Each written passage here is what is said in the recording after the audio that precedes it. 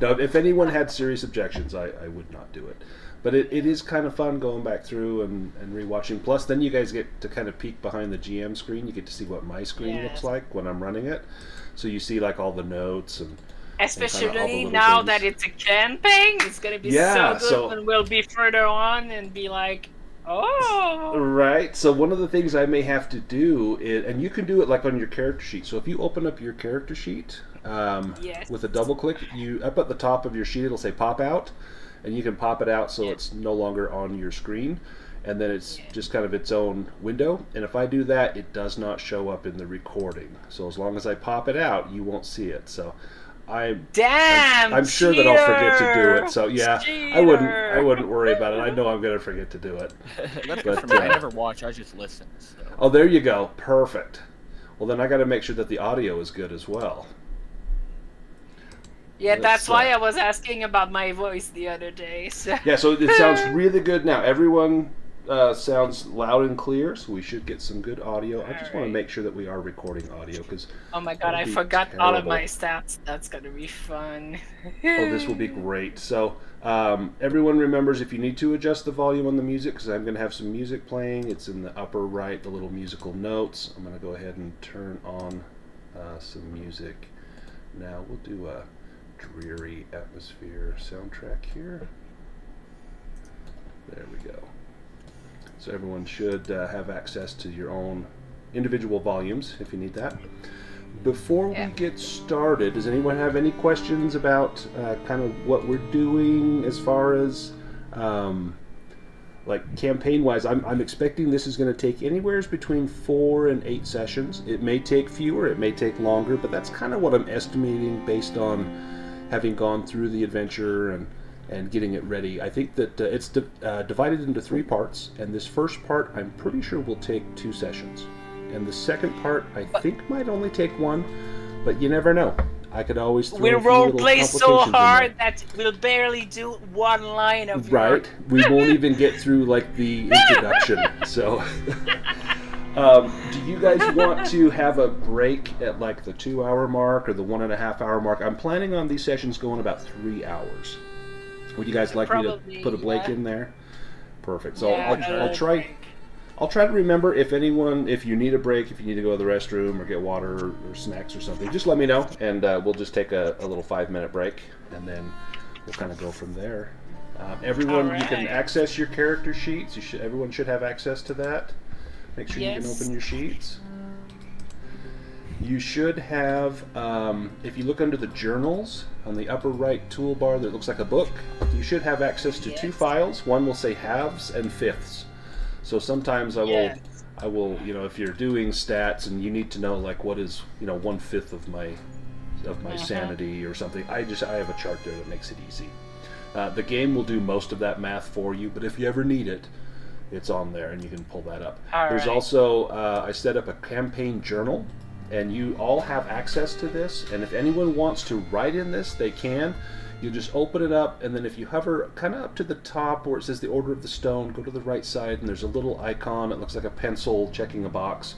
If you click on that, it opens the editor. You can type stuff in there. Your voice cut out?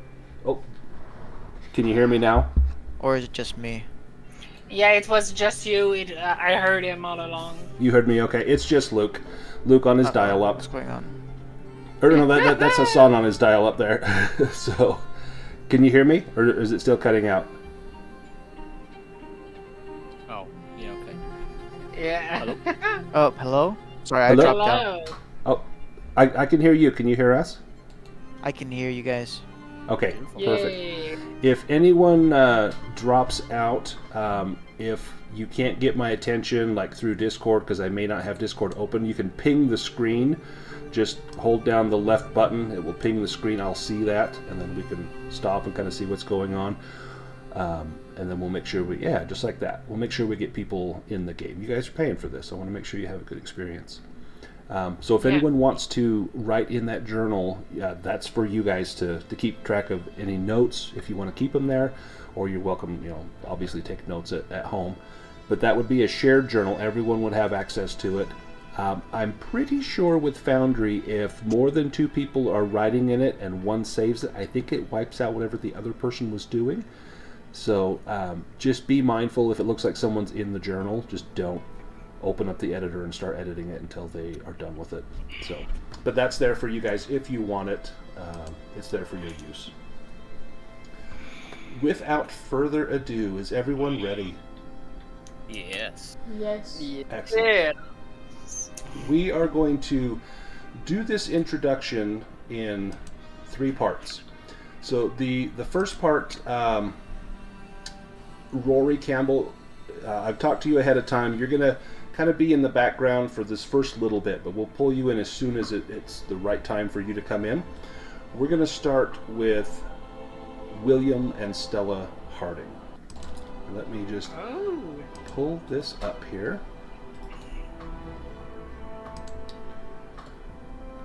Here we are. This morning, you received a call from Miskatonic University's Anthropology Department. The department's chair, a Dr. Abram Bethell, asked you all to meet him in his office at your earliest convenience. Within, seated behind an untidy desk amid stacks of papers and books, surrounded by such things as a suit of ancient armor and a full human skeleton, you spot a portly, older white man with a worried expression on his face. He stands as you open the door and quickly motions you in. Let me pull up a picture here of him.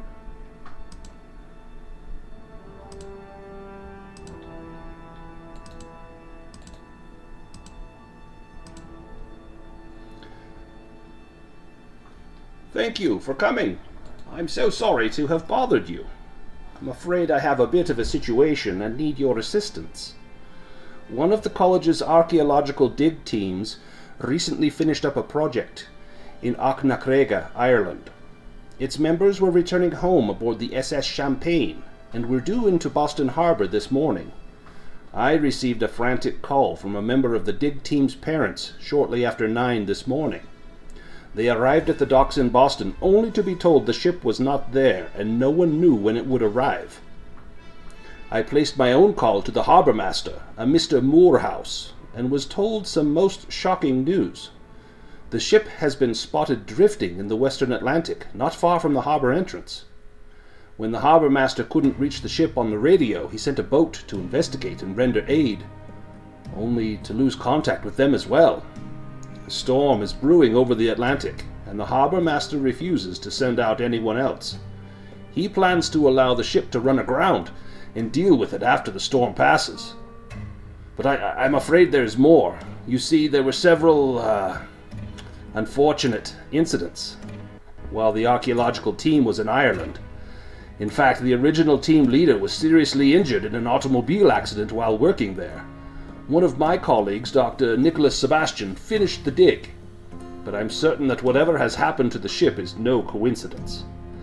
I've been told that you were the sort of people who could investigate this matter for me. I fear for the rest of the team's safety, and worry that whatever they dug up might be to blame for their current predicament. What do you say? I have permission from the authorities and the harbour master to send my own team, and I'm certain we can come to a suitable arrangement to cover your time and expertise. Will you go to the SS Champagne and find out what has happened to the ship, the dig team, and the rescue mission? We are between work right now, I suppose. This is quite strange. This is no other news from the harbour master. Oh, I'm sorry. Hang on, you're breaking up on me. Give me 1 second.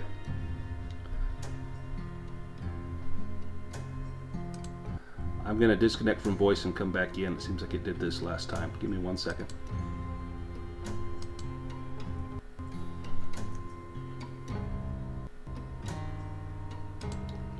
Okay, I'm sorry, Luke. Could you repeat that?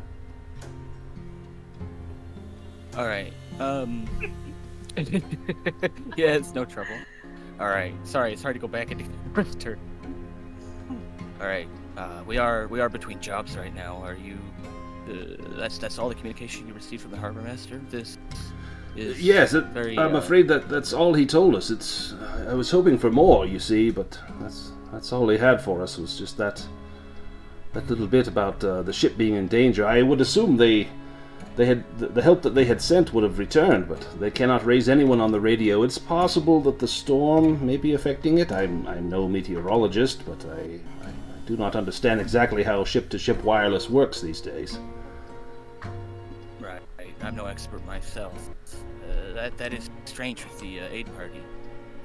Pretty important. I think you did come to the right people. However, we're not really in possession of any seafaring vessels. Is the harbor master willing to sort us out? I know he's already lost quite a bit with that aid party.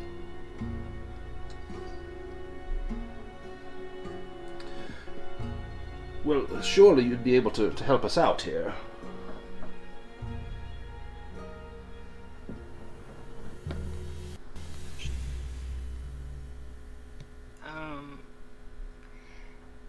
But can you secure us a boat to go there?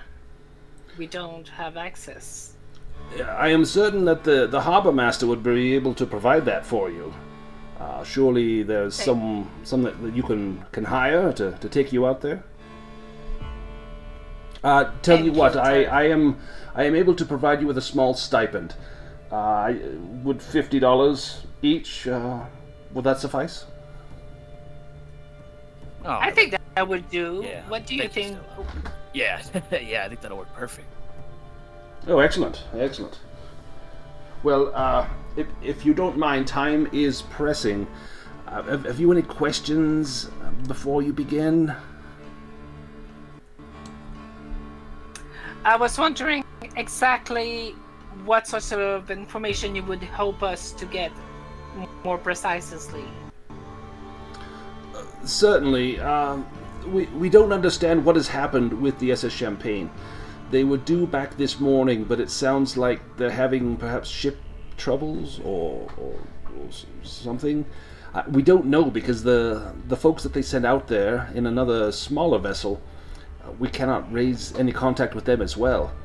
And I worry that whatever transpired in Ireland surely holds a dark cloud over this entire expedition. I believe you can count on us, sir. Naturally. I should warn you that there may be some danger. You see, the archaeological dig, there was a series of accidents. Stolen tools, damaged tents, some of the trenches were kicked in, sabotaged equipment, physical injuries, and then the leading archaeologist was involved in a car crash. And Dr. Sebastian downplayed the incidents once he was in charge. I believe he called it, and Dr. Bethell rummages around on his desk and pulls out a little notebook. Mischief caused by rampant superstition. He feels that the locals there in Ireland did not like whatever it was that they were doing. And perhaps some of the locals working on the ship have carried that with them.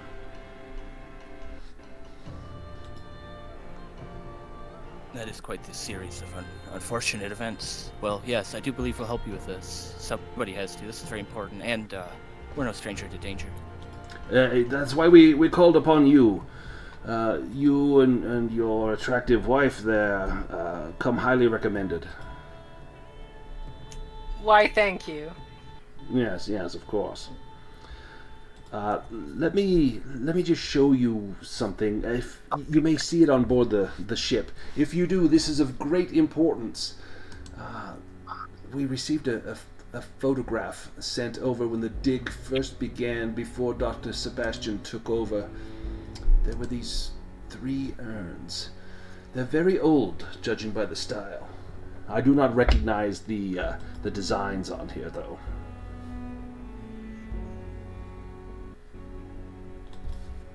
They do look ancient. Not that I'm particularly knowledgeable about these kind of things. Why don't you give me a roll? You could give me either anthropology or history. Can we both try this? Absolutely. All right.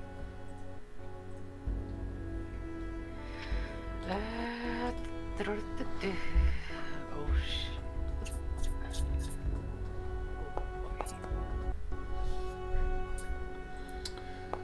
That is not a success, and that's even worse. I...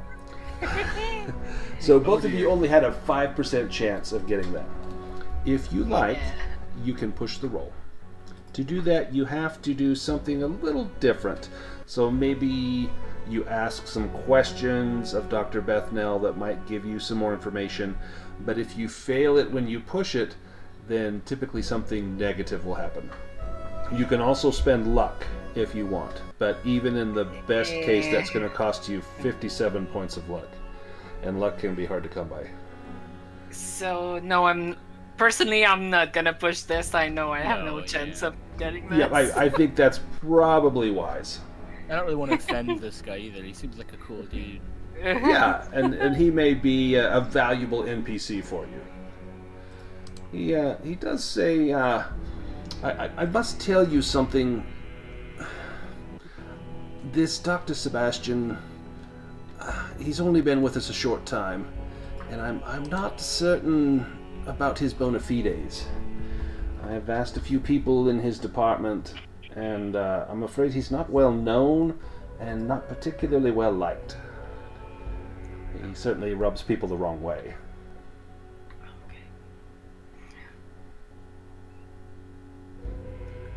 I'm sure Billy, dear, can deal with people like this, right, honey? Oh, undoubtedly. Do it A man my of your whole stature and intimidating bearing will surely have no problem with a meek college professor.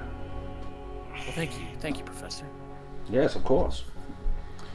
Now, if you don't mind, time is pressing. May I ask that you quickly make your way to the Boston Harbor? Honey? Yes, this does seem like an imperative mission here.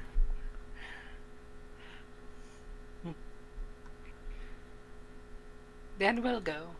Excellent. Are there any stops you want to make on the way, or do you just head straight to Boston Harbor?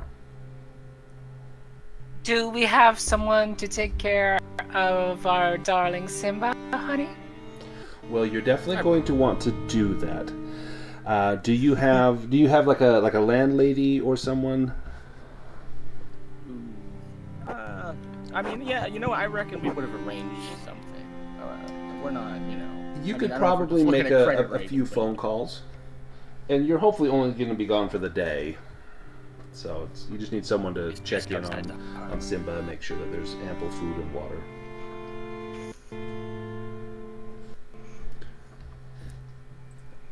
Once you make those arrangements, we're going to imagine if this were a movie that you are hailing a cab and you're going to head to the bus station to head from Arkham to Boston, which would take you about an hour. We're going to then change scenes, and here we have Professor Walters and Rebecca Shadow. Professor Walters, your wealthy cousin, Frederick Grossman, wired you from Ireland 2 weeks ago. He was excited to tell you all about his European trip and asked that you meet him at the docks in Boston when the ship arrives this morning. And not one to pass up a trip to Boston, especially when Freddie has promised you a first-class lunch at a smart restaurant. You and your friend plan to make a day of it. You got up early for the ride into town and had time to enjoy a quick breakfast before heading to the harbor to see when the ship, the SS Champagne, will dock. The streets of Boston bustle with activity as you make the short walk from the diner to the harbor. In the distance, you notice that the skies are darkening. It appears a storm is building over the Atlantic. Hopefully, Freddie's ship will arrive soon, and you can be away from Boston before the weather gets too bad. Between the stacked crates littering the docks and shouting workers rushing about, your attention is drawn to a crowd of people gathered outside the harbor master's office. Many of them seem agitated, and a few are even shouting at some men who appear to be keeping everyone out.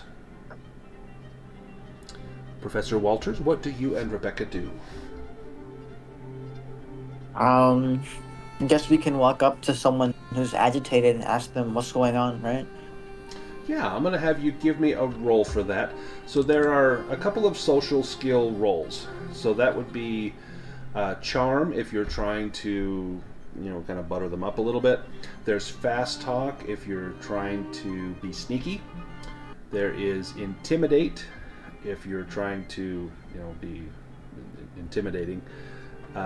You could also use, I'm drawing a total blank, persuade, to try and get someone, because of your influence, to listen. Right, persuade. I think I'll roll persuade. Yeah, so go ahead and roll, and then kind of tell me what you're asking one of those people. You see an agitated woman on the dock. Oh, excellent. So that is a regular success. So again, with Call of Cthulhu, if you look at your character sheet, now next to persuade, there's a little yellow sun. And at the end of the session, we will have a development phase where you get a chance to improve that skill because you were just successful with it. So well done. So what do you say to this agitated woman who is standing outside the harbor master's office, her hands bunched up, she's clutching a newspaper, she seems very upset? Well, madame, what seems to be the problem? I'm seeing a large amount of agitation among this crowd here. Could you please, enlighten me as to what is happening right now here? Oh, she says, finally, a gentleman. Not one of these brutish oafs working here on the docks. And just kind of behind her in the distance, you see Rory Campbell loading items onto a fishing vessel. She turns back to you and says, My family was making the journey from Ireland on the SS Champagne. They were due to have arrived by now, and we can't get any information from the harbor master. Surely, and she looks you up and down, one of your bearing and demeanor can speak some sense to this man. Yes, I see. That does sound like something that I should handle with my responsibility as a professor. Absolutely. I'll go right now and try and talk to him about this. Okay, you kind of push your way up to the harbor master office, and there's a bunch of people gathered around, pushing each other, not aggressively, but they all want to, be the next in line. Rebecca, Shadow, what do you do while the professor heads up towards the door? Do you try and stick with him? Yeah, I think I would. I don't want to get lost in this crowd without my companion. Yeah, probably a good idea. Why don't you give me this is a no roll. So you're going to roll an intelligence roll. Okay.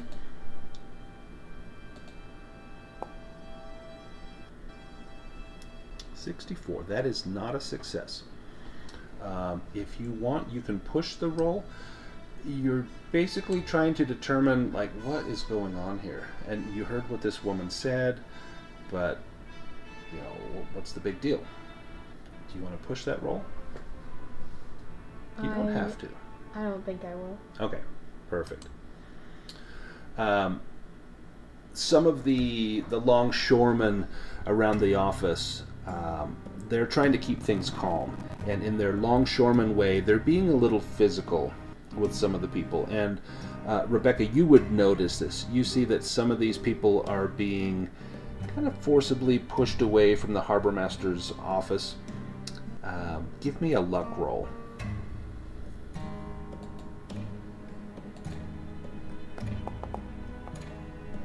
Ooh.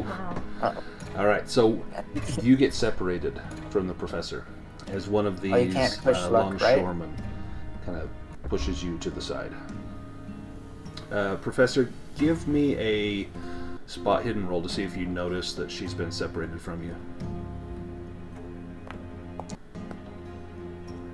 Nope. Do you want to push that roll?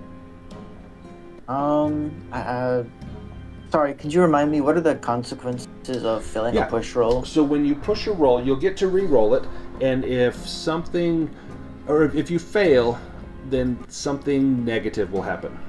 sometimes it might mean you take damage.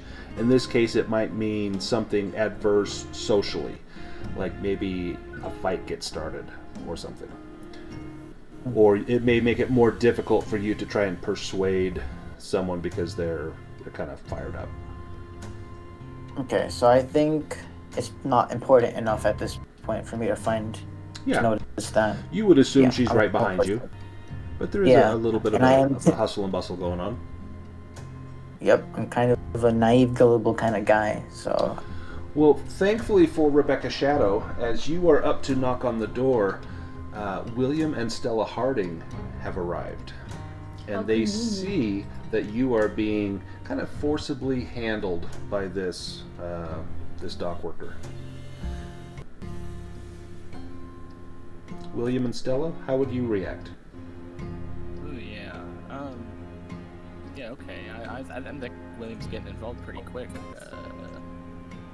Just strolling up. I'm not entirely sure of the situation. I mean, I only just got here, but... But you see a young woman being kind of pushed away from a crowd and sort of pushed unceremoniously away from the group of people gathered around the harbor master's office. Yeah, I mean, not only is this a place we're trying to get into, but it also looks just quite cruel. I'm not impressed. Yeah, absolutely. Do you want to use like intimidation?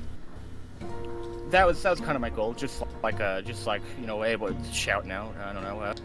Why don't you give me an intimidation roll, but with a bonus die, because this is kind of a chivalrous sort of thing, and I mean you are a gentleman after all. Perfect. So yeah, this is like a crowd. I just thought, hey, what the fuck's going on here? Right. Just really getting involved. Oh. Okay. So that was really good. So there's different levels of success in Call of Cthulhu. So a regular success is when you roll your score or lower. A special success is when you roll your half value of your score or lower.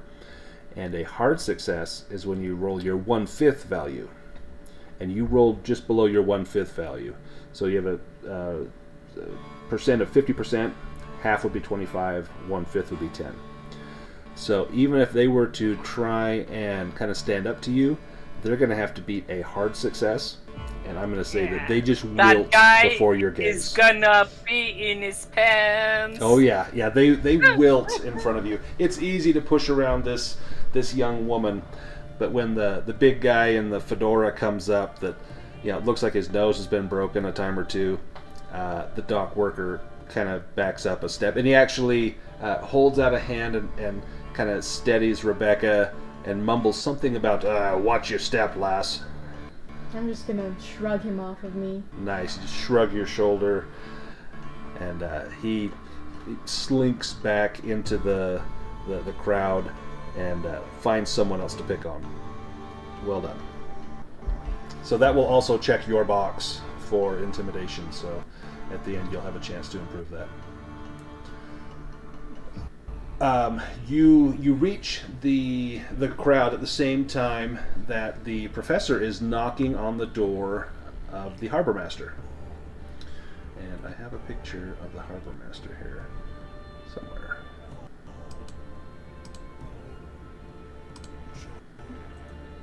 Right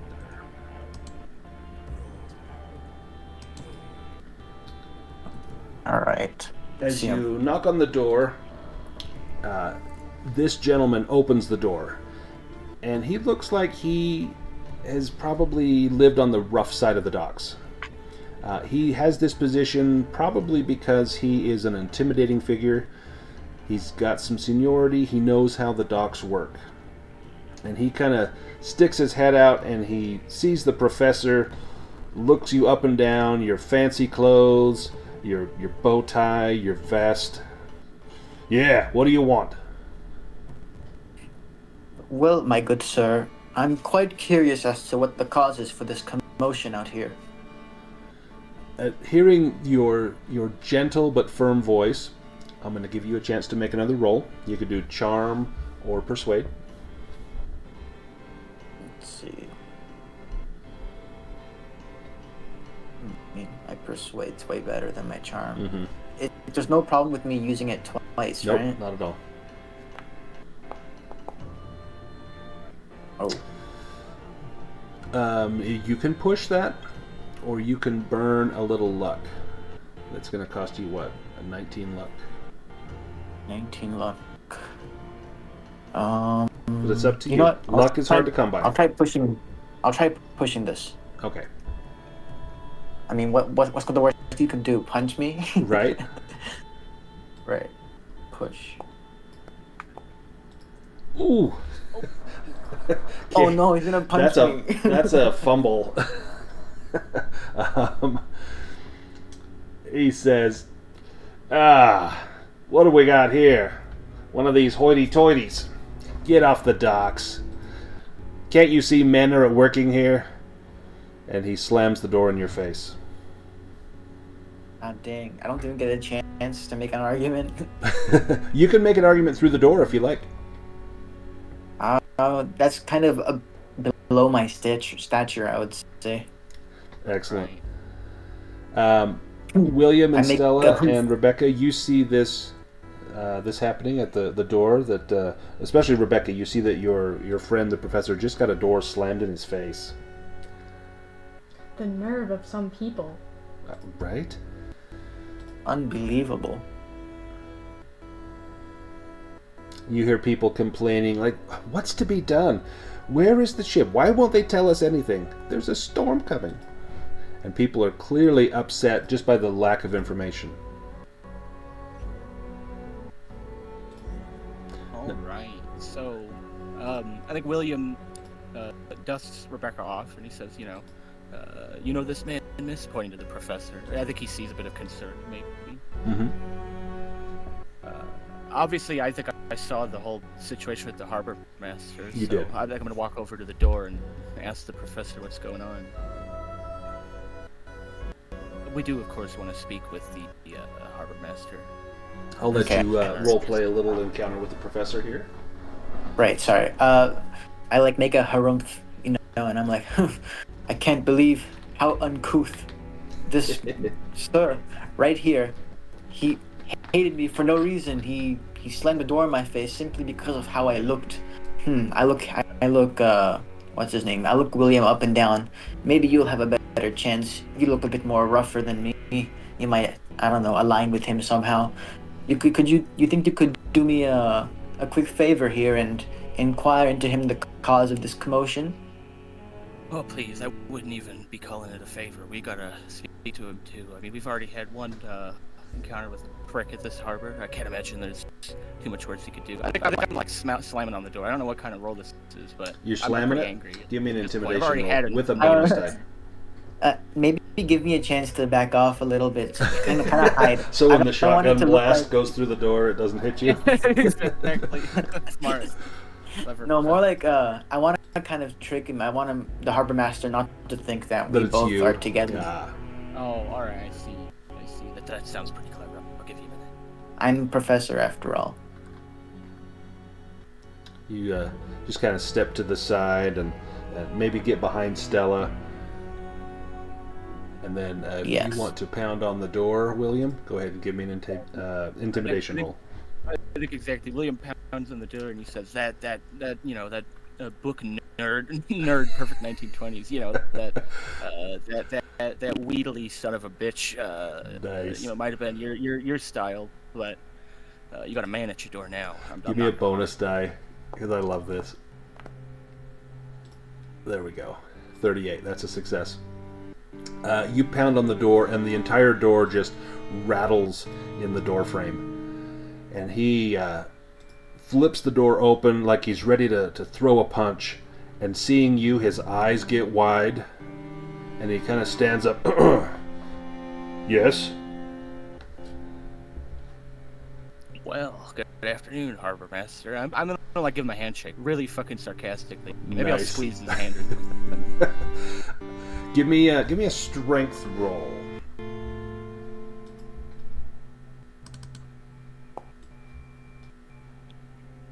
Ooh, do you want to spend 4 luck? You know what? I'm not a lucky man, but this is so petty. I'm totally spending that luck. Nice. That's hilarious. Nice.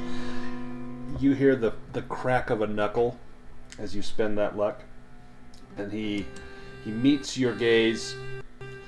What can I do for you?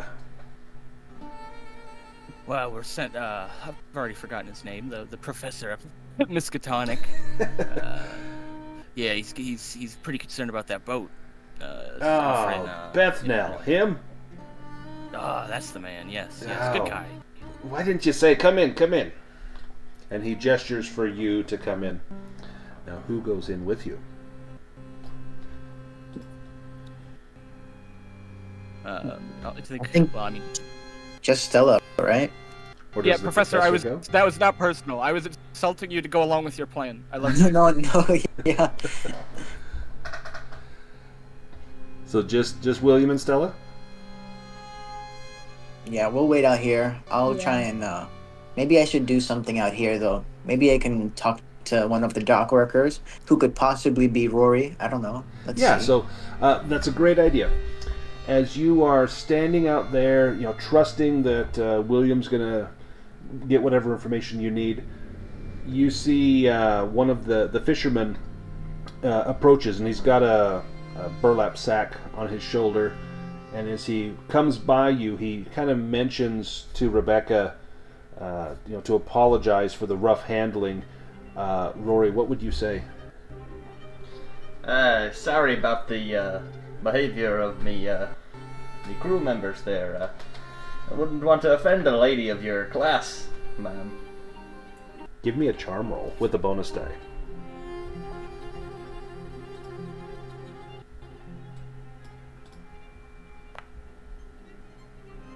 Oh, that's bad. I'm probably pretty greasy. You probably have fish Dirty. scales on you. You haven't bathed in a while. He's a little stinky. Rebecca just turns her nose up at him and sniffs. Oh, it's just a derisive snort. Yeah. Nice. What would the professor say to this man coming up and offering an olive branch? Right, I would say, oh dear, I'm sorry about my student here. She's still a bit, shaken up from all of that activity. I step forward and take his hand, even if his hand is kind of greasy. It's probably got a little bit of maybe oil from doing a repair and maybe a little fish blood on the back, but you are undeterred. And now, seeing as I've made sort of friends with this professor, I'll give him a pat on the back and kind of wipe a little bit of Don't that pat me oil. on the back with your greasy hand. You pull out a little handkerchief and wipe the cloth. Yeah, in a very formal way, with etiquette. Excellent. It's like, oh dear. It seems as though this fisherman is making an effort. Is there any sort of conversation that you and Rebecca would have with him before we go back to the harbor master with William and Stella?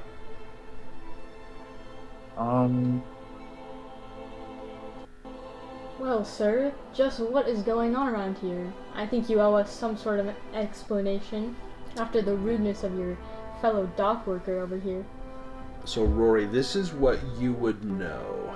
You would know the harbor master came out and spoke to the captain of your boat. Your boat is the fishing vessel Foggy Sea. It's a trawler that works out of Boston. You were getting ready to go fishing in less than ideal conditions when the harbor master came on board and asked to speak with your captain. And you caught a gist of what he said, but it was mostly about the weather's turning bad and that you should go catch your fill before you need to take shelter from the storm. But he also says there's trouble. He says the SS Champagne, a cruise liner, has been drifting with no signs of power, and he's worried that the ship's going to run aground or worse.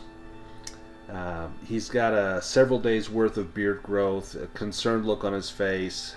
And he says, "Look, there's hundreds of passengers and crew on that ship. We've not had a single response from her on the radio. I may need a crew to go out, lash up to her side, and board her. We need to find out what's happened and make sure she's not lost in the rough seas that are coming. Sit tight for a little bit. If we can't raise them on the radio, I may have to send you out." And the captain, she looks a little bit distraught, She's a fiery Mexican woman named Bernie Green. Let me send a picture here. And she says, "Ay, mio Dios. We must always clean up the messes of others." And she just kind of throws her hands up in a shrug and just starts packing rope again. She doesn't say anything to you, Rory, but you kind of get the gist of what's going on based on that. So having that little flashback, now how do you react to the professor and Rebecca when they ask you what's going on? Well, you see, there seems to be some trouble out at sea. Big old one of those cruise liners lost power, and well, with the storm coming in, who knows what'll happen? And the harbor master called everyone in, and it's definitely going to mean trouble. So yeah, you have to apologize if some of the dock workers here are a little on edge. Well, I suppose I can forgive you. Perfectly reasonable. Let's go back to the harbor master's office. William and Stella, you are inside, and the harbor master sits at his desk and kind of gestures for you to sit. He pulls out a bottle of illegal alcohol, pours himself a shot, and then holds it up, kind of offering the two of you a shot if you'll take one. Good man. He pours your glass, and he looks at Stella.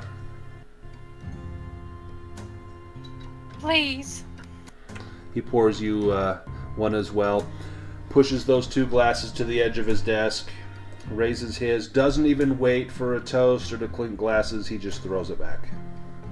I don't blame him. Ah, he says. Dr. Bethell sent you. We've lost contact with the SS Champagne a couple of days ago. At first I assumed it was some sort of radio or electrical malfunction, but then some fishermen spotted the ship this morning and it was drifting, seemingly with no one at the helm. I sent a boat, the Harbor's Pride, to help the SS Champagne, but its crew never returned. I'm very concerned, not only about the passengers and crew of the Champagne, but the Harbor's Pride. I've known Captain Bones and his crew for years, and I would hate for anything to have happened to them. I'm worried that whatever's going on aboard the Champagne is more than Bones and his crew can handle. I don't know what to do. I don't really want to send someone else out in this storm. There's a good chance we've already lost enough lives.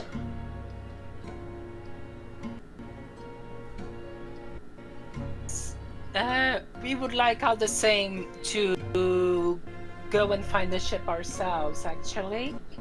And also we want to know a bit more of what you can tell us about the ship and everything about the situation, please. Well, I don't want to send another crew of my own, but if you want to hire a fishing boat to take you out to the ship, I won't stand in your way.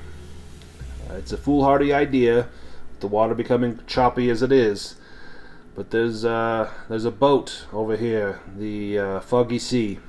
That'd be your best bet. As far as what's going on with the Champagne, we don't know. We last heard from them 3-4 days ago. Everything seemed alright, and then we just haven't been able to raise them on the radio. We've had the Coast Guard out looking for them, but they're out helping smaller vessels. The smaller fishing vessels stuck out in the storm, they're at much greater risk.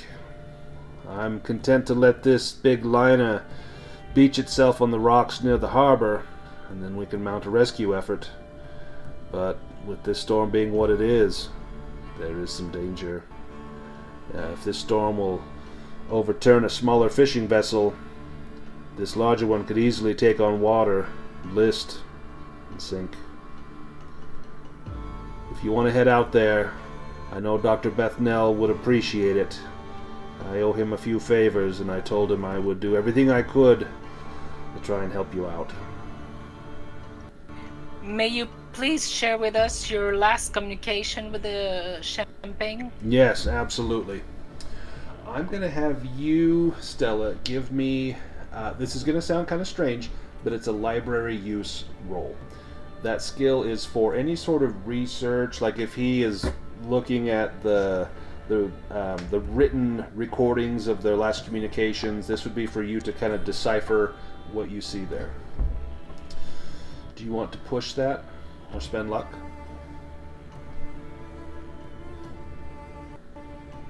I think I want to push. Okay, go ahead and push.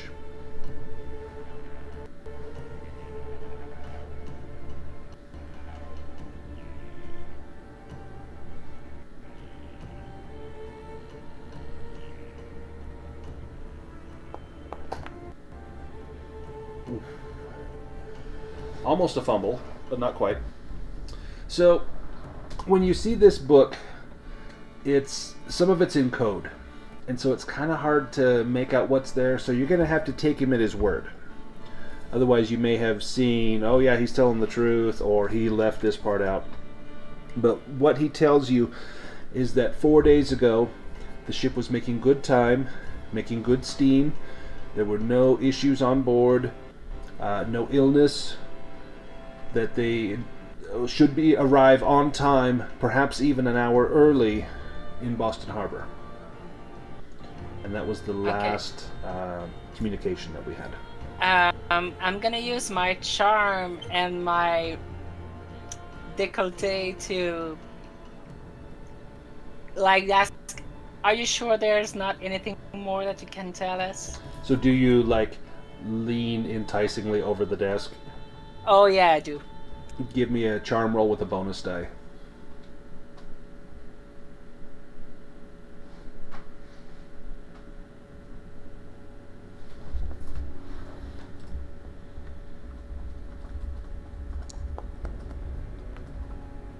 Oh wow, there we go. So excellent. He looks at you, not at your face, but he looks at you, and he's tongue-tied for a moment. And sorry, what was the question? And he is clearly bewitched. Are you sure that there isn't more that you could tell us, or be more specific? I can tell you that the vessel we sent out has not returned, the Harbor's Pride, and I am worried. And for someone of your beauty, I would be hesitant to send you out there. So if you do decide to go out, do be cautious. The seas can be very rough. It's not like here on shore. I use my index finger and I caress his jaw a little bit. It's a little stubbly, but it's very firm. This is a man that has seen a lot of sun, a lot of hard work, and he just melts. William, how do you feel about this? Well, see, I think William has been very practicedly and politely pretending to be very interested in the glass that he's holding. Nice. At this very moment in time. I'm not going to pay any attention to this. This is all just, her game. This is what I'm here for. Look, Red, if you go out to the foggy sea, that's just moored just out here to the east, go talk to Bernie, the captain. She'll take you there. Tell her she owes me one. I definitely will, thank you. And he takes your hand and kisses it on the back, kind of awkwardly. This is not something he would normally do with a woman, but he clearly holds you in very high esteem. And then he just watches as you leave the office. And William, you probably see that his eyes don't leave her rear end the whole time. Yeah, I think William's the last to leave. I think he's actually laughing a little bit as he leaves. I think he's gonna, he thanks him for the glass, and he says, "She's a beautiful woman, pal." Yeah, and they just leave. You pat the gun in your holster, but you know that your best weapon just walked out the door. Exactly. Excellent. You make it outside, and you see the professor and Rebecca speaking with a fisherman. I'll let you all kind of meet up.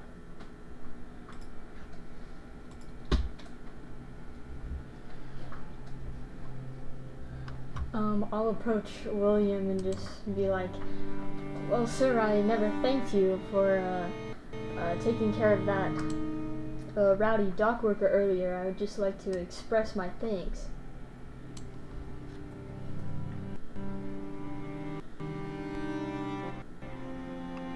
Excuse me. Yeah, no trouble. That guy looked like a real asshole. I'm kind of sad he didn't try to fight me any. Well, I can arrange for that to happen.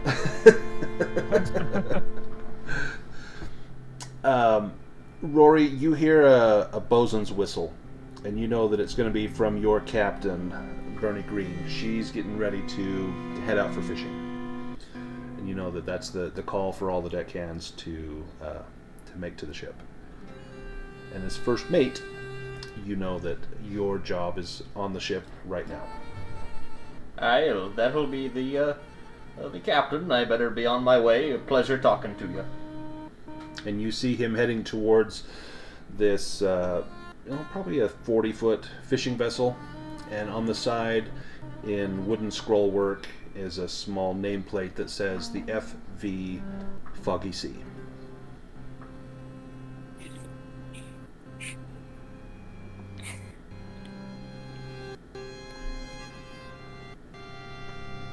You see the captain, Bernie Green. She's kind of commanding people about, stow that rope, get this here. And she notices that she has a bit of an audience as the four of you are dockside. And she tips her cap. Can I help you folks? So, wait, quick question. At Yes. this point, what is my motivation again? Sorry, you just need to remind me for going on this boat right here. So your cousin, Freddie Green, is on the SS Champagne. And, Okay, yeah. And so that's your motivation to get there, is to help your cousin. Okay. Well, madame, if you would so kindly let us, if I could so kindly entreat you as to give us four, to be able to go on your boat, and we would like to check out the SS Champagne. I know that sounds kind of, I don't know if that's what you're planning to do at this point, but if you could just let us know the feasibility of such an operation. She kind of scratches her head at these large words that you're using. Give me a persuade roll with a bonus die. And I love how you're playing your character. Ooh, there we go. Nice. Excellent. She says, well, we're going out fishing. I am happy to take you out, but it's going to be bad weather. I can handle a little bad weather. I've lived, in many weathery places in my life. I don't know about my companions here, though. Well, if you want to head out, we'll be doing a little fishing. You say you need to catch sight of something? What are you trying to see? The SS Champagne.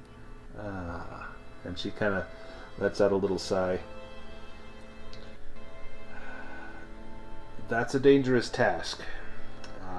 I'm afraid I couldn't do that for any less than a day's pay. I may not get much fishing in if I'm going out on a search and rescue. I see. Yes, well, how much do you think it would cost for such an endeavor? Give me a credit rating roll. Even if I'm gonna pay in cash? Yeah, just to see if you can kind of flash the money and she'll be cool. Okay, there we go. I would point out, did we also get paid to buy the professor earlier? Sorry. Yeah, so he promised you each $50. So, Oh, okay. Sorry. So that wasn't really securing our passage in any way. So you could use that to pay for your passage. Well, that's what I was kind of thinking. I was kind of, I wasn't sure if that actually happened. So. Yeah. Yeah, but you probably wouldn't cover mine and my students' fees, because why would you, right? It depends. I mean, $100 is a lot. I mean, I feel like we quickly come together as a little group. We've got the same task, but yeah, I suppose that's why we're asking how much it's going to be, like a number. So that's kind of what this credit rating roll is for. Yeah. Now, you missed it by 4. Advantage. You can spend luck. I'm gonna spend luck. You want to spend the luck? 4 luck. Yeah. Yeah. So if you spend 4 luck, just reduce your luck from 80 down to 76. Then you will have a success. 76. And note that this does not check the little star next to your skill. If you spend luck, it doesn't count as a success as far as improvement goes, but it'll count as a success for what we're doing right here. So she does agree to take you out on a charter, and she will do it. It was going to be $100, but she'll do it for $75. Now, if you look at your gear and cash, so like Professor, you have a spending level of $50. That means every day you can drop $50 and you don't even have to account for it. But if it's like $51, then it has to come out of your cash. And others will have different amounts of their spending level. It'll be under your gear and cash on your character sheet. So I have $380 actually. Yep. But you can drop 50 every day and don't have to touch your cash amount. Like, it's just always there. It's just to ease bookkeeping. It's like if you need a taxi or a train or meals, you don't have to keep track of that money. But if you're making a big purchase, like something like this, if it's above your spending level, then you would deduct it from your cash. Okay. But with all of you there, you can all kind of pool your spending levels and would be able to afford this. Right. I guess we'll split it between us. Yeah. How much would they pay? They would pay maybe... What's half of 35? Well, William can do 70. 10. Stella can do 10. Rory doesn't pay because he's an employee. And Rebecca can do 10. So, yeah, it's going to pretty much take all of your daily spending limits. But what about the stipend, though, right? Yeah, so if you wanted to use that, you could use that as well. Honestly, I feel like I'm not like an asshole. We're like a party here. I feel like I would just cover it. They want 75, we got 100. We're actually making money here. It's almost like not fraud, but you know. Yeah. I mean, you are getting paid for the work that you're doing. When I asked for the money, I was specifically asking for like a way to pay to get a sailing out there. So that's literally the purpose. Yeah. And so I think he gave you each $50. So you could just pay her the 75, then you guys each keep like $12.50. Or if you're keeping track of the money, because maybe you don't trust Stella with the money, then you can just track that. So then you would just credit yourself $25, and she'll take the other 75. I'll give William $20 from us as a way of saying this is for covering me and Rebecca. Oh, excellent. Thank you, Professor. Alright, I can't actually interact with my cash.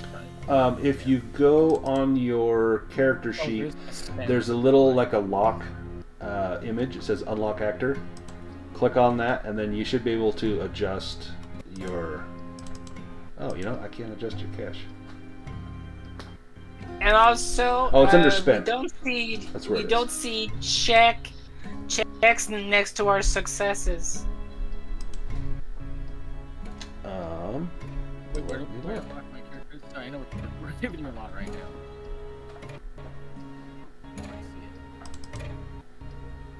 So I see a check under Professor Sam's. Stella, do you have... Yeah, you don't have checks. It was my charm. So I'm gonna go ahead and check your charm, because yeah, you did pass on. All right. I also did for intimidation. That's I'll double click. Yeah, so you Thank can. you. Yeah, I want to make sure you get credit for that. I don't know why that didn't do that. Interesting. Didn't do it for And me. Yeah, that's weird. yeah, so you can just double click that little star, and then that should do it for you. All right, thanks. Yeah, I want to make sure you get the credit for that. See, I do have XP gain on. Huh. Anyway, let's go ahead and get back to the task at hand. You make it on board the ship. The seas within Boston Harbor were rough enough, but now that you've broken away from the bay's protection, the swells have grown larger. Each wave seems to rise that bit higher than the last one, and the effect is stomach-churning, even for the most experienced sailor. I need everyone to make a Constitution roll. I don't know, Captain. I think the crew values their necks a lot more than the $75. A little green about the gills.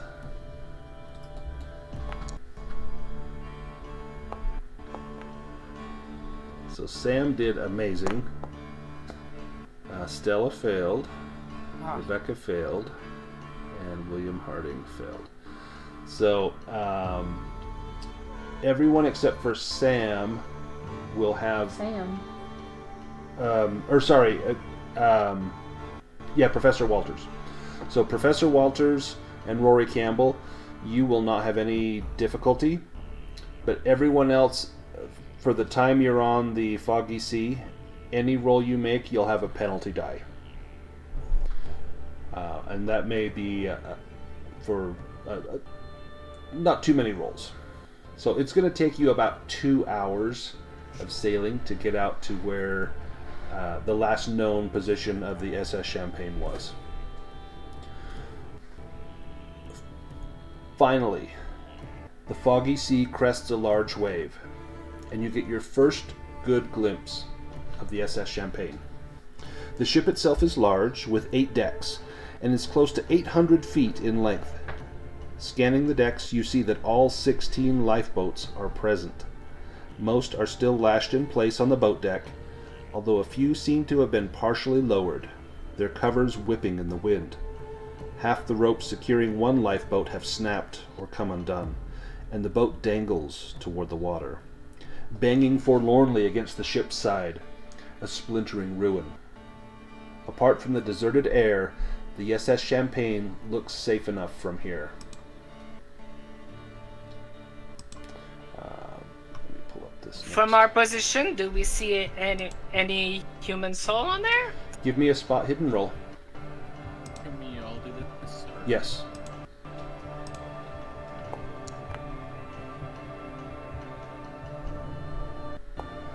Excellent. And just remember, you'll have a penalty die on this unless you are Rory or the professor. Oh, yeah, I did not roll it. I'll just roll it. Okay. Or I'll just roll one and then take the worst. Right. Yeah, you can just do that. Did I do it wrong or? You won't have a penalty die because you Oh. did it. Oh, yeah, you, sorry. You didn't get Sorry. sick. Oh yeah, sorry. So then we will take the worst of these. So Rebecca passed both, and so that would be like your penalty die. So rather than having an extreme success with the 9, you're going to have just a regular success with the 46. And then William, you succeeded. You failed your first time. So with the penalty die, we keep the worst, which is the. We did it? Oh no! It's a success. Yeah, you got the 46. I think I actually got the exact same as Rebecca. That's funny. You did, yeah, exactly a 46. And Rory, you missed it as well. So this would be William I totally and Rebecca. failed myself. Right? Yeah, you're heaving over the side. I would have had 29 if not. Yeah, it's been a long 2 hours at sea, and seeing this larger ship, you think it's probably going to be a little less rough once you get on board that. Circling the larger vessel, Rory and William, you see no visible sign of damage, nor do you see any sign of life. The battered remains of a smaller vessel, lashed to one side of the ship, must be those of the harbor's pride. It is clearly taken on water and would have sunk if not fastened to the larger vessel. As the waves smash against it, it slams into the liner and continues to break apart at the seams. Soon the harbor's pride will be nothing but driftwood. Captain Green says, "Campbell, get us close to that other ship." You need to make a pilot boat roll. And that will be, you passed your constitution roll. So, I did. So no penalty die. And that's a pass. You are able to maneuver alongside the SS Champagne. It's rough. You're in a deep swell. Your ship is rising and falling about 9 feet with every wave. And as you get closer, you're giving it throttle, you're taking it off, you're trying to ease as close as you can. Bernie puts some little rubber bumpers out over the side. They look like old tires. As it gets close, she lashes you to the side of the ship with a rope along one of the cleats. Once you are lashed aboard, she has a rope ladder that she is able to attach to the side of the ship to allow you to climb up. And looking at the condition of everything that's going on, she recommends that you head to what's called the shelter deck. It's the first deck that is, it has a promenade around it. Like if you've ever been on a cruise ship, it would be a deck where you're outside. Otherwise you got to smash through a porthole or something. So she will ask you to climb up to the shelter deck. And I'm going to pull up a map of the ship for all of us. Let me get that here. I think it's this one.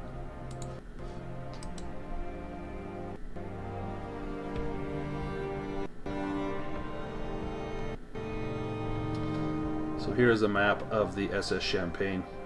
So right here would be, you can see how there's an open space. This would be the shelter deck up here where you could climb up to. So the water line is roughly this line, this bottom line of portholes. And so you have a bit of a climb in heaving swells and pouring rain. Not the easiest task in the world.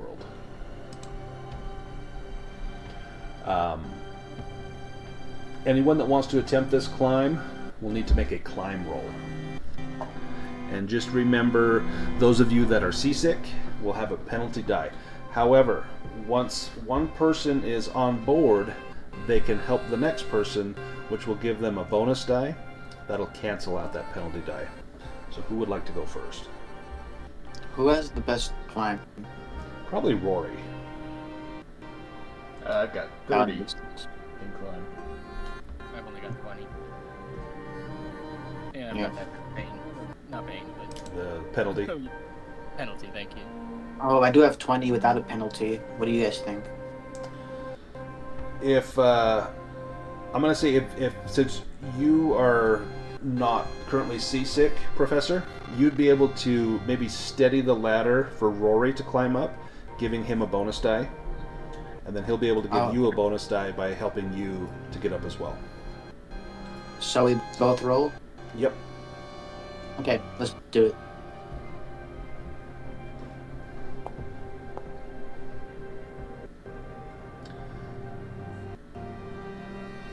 So, did you have your bonus die on there, Professor? Oh, sorry. Let me do it again. Yeah. go ahead Sorry, and do it again. my thing is like lagging for some reason. Uh-oh. Oh, I lost connection. Uh-oh, well, that might have been why. We'll give you a second while you get back on. Rory was able to climb up. So you shimmy up this rope. You've climbed, rigging in foul weather. This is no big deal for you.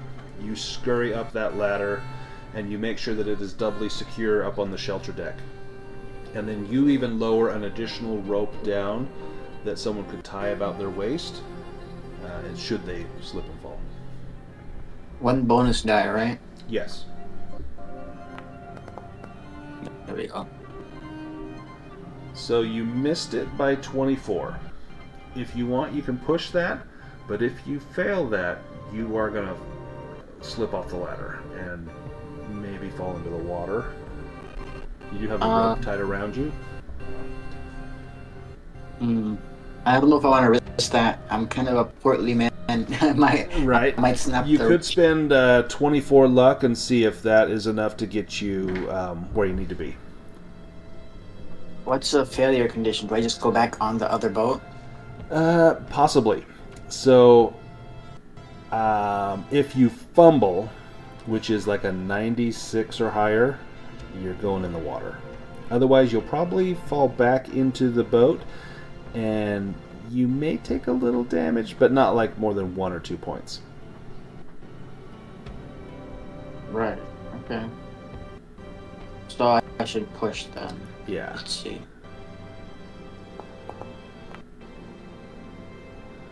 Oof. Oh. Okay. All right, you're unable to make any progress. The ladder is too wet to get a good purchase, and the vessels are moving too much. You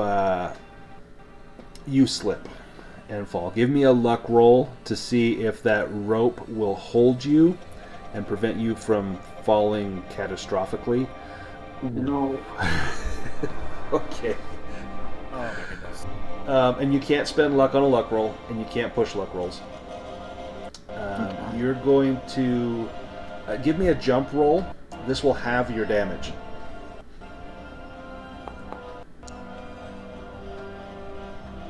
Do you want to spend 6 luck on that? It's up to you. Guess I should. Yeah, 6 luck. So I'm 70 now. So you managed to push away from the side of the SS Champagne as you slip and fall back down into the foggy sea. You're going to take 1 point of damage. Okay. There are lightning flashes all about. The seas are getting more and more rough. Rory, one thing you notice up on the shelter deck, there are no sounds. You give me a listen roll, as you are aware that there should be sounds on this ship, but there's nothing. And then, Professor, do you want to try and climb that again? Rory, you notice that there's no sound of the boilers or the propellers. This is dead in the water.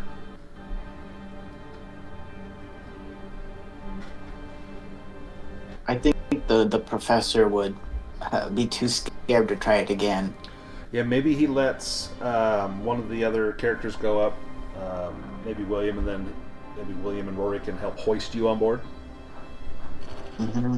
I go back down, pat myself off, and take a seat as I try and catch my breath. Yeah, you're wiping the rainwater off your face. You know that you very nearly took a plunge in the rough sea. Who wants to go next? I suppose William will go.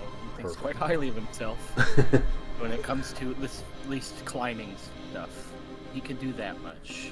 So you'll have your penalty die because of being seasick, but you get a bonus die from Rory, so that should just cancel it all out. What about that rope thing you were saying you can like wrap around? Yeah, so you can wrap that rope around you. That's going to help you if you slip and fall, to hopefully not get lost at sea. Like even if you land in the water, you're at least attached on a lifeline. They'd be able to drag you back in. Otherwise, there's a good chance you would just get separated and drift off into the dark sea. Yeah. Alright, so with the bonus and the penalty, I just roll as normal. Yep, just a straight roll. I'm actually not that great at this. Oh! Okay, you're really good at this. Needs must. I'm good at an emergency thing. Right? So you just scurry right up the rope. You know the hardest part is being on it, and so you take your time at the bottom, and then you scurry up as quickly as possible. And when you get up to the top, Rory clasps your wrist and helps pull you over the side. And then he hands you the rope while he helps to support the ladder. Who wants to go next? One of the women? I guess I'll go. Perfect, Stella. Give me a roll. You would have a penalty, but you get a bonus, so it's just a straight roll. of climb, correct? Climb.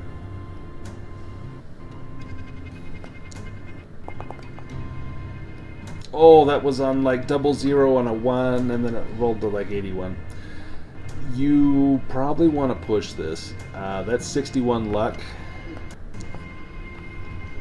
Oh, nice. Alright, so make a jump roll to see if you can take half damage here.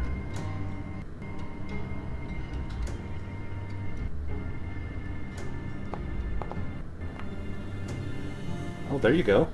So you take one point of damage.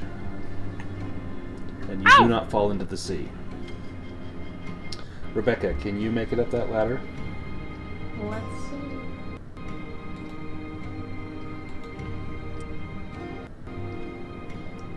No. You want to push that or spend 60 luck? I wouldn't spend that much luck. Hey, come on, you landlubbers. I can't hold this ladder here forever. Give me a persuade roll, Rory. Well, that's a little better than your last roll.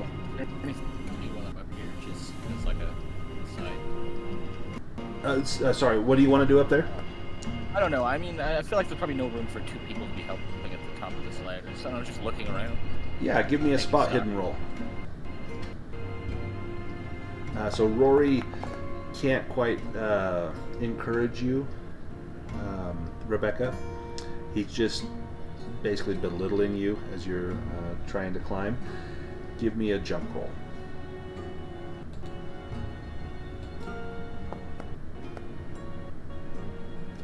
Gosh. You're going to take 2 points of damage, unless you want to push that. No. Okay. So you land with a bit of a thump back in the ship and maybe twist your ankle a little bit. Now, William, you are just looking around, and the deck you arrive on is devoid of life, and it's immediately clear that all is not well. There's wooden debris, strips of cloth, and batting marks where deck chairs must have once stood. Broken glassware and smashed window glass litters the deck. Then you see a blood spatter across one of the deck's walls. There's no indication of where it came from.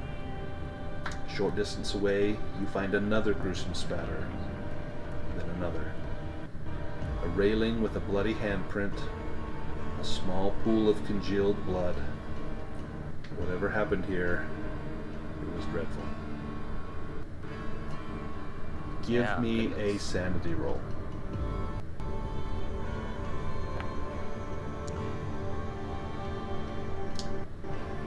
No problem. You don't lose any sanity. Yeah. You have seen blood. You have seen violence. This is just another day on the job.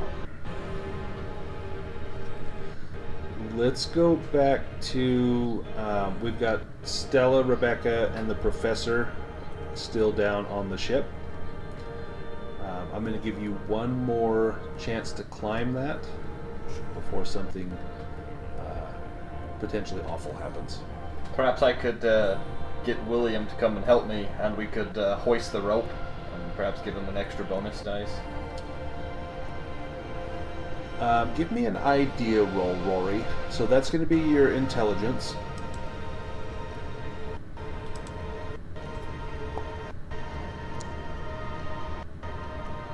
Yeah, you think that's probably your best bet, is just pulling on the rope. Maybe they tie a knot and you hoist them up, rather than trying to make them climb the ladder. I like that idea. If the ladies want to do that, then I will let you make a strength roll to pull them up. And I will get William's attention. And with William's help, that's going to be a bonus die. That was strength? Strength.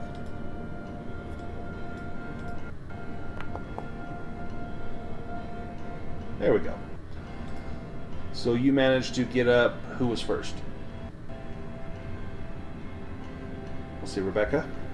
Sure. So Rebecca, you get up, and then we bring up Stella, and then for the professor, give me one more strength roll. This will be with a bonus die. Oh, excellent. Excellent. And the professor, you are... Oh, that's so close to passing. So yeah, I'm you, gonna you use try my to help. luck. And you're pulling on the rope, thinking that somehow, like if you could lift yourself while they're lifting you, that you get a little higher. But it's quite a strain. You're trying to help yourself with the ladder to make it easier. If you want to spend one luck, you can.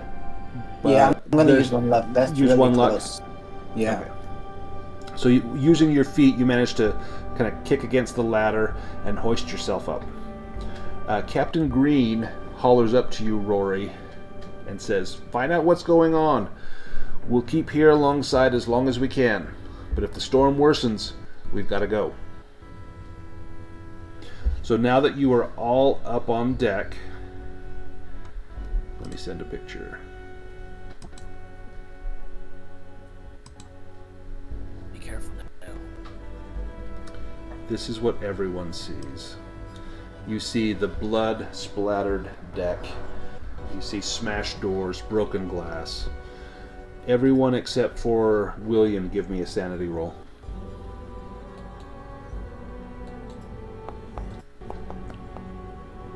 Oh, excellent.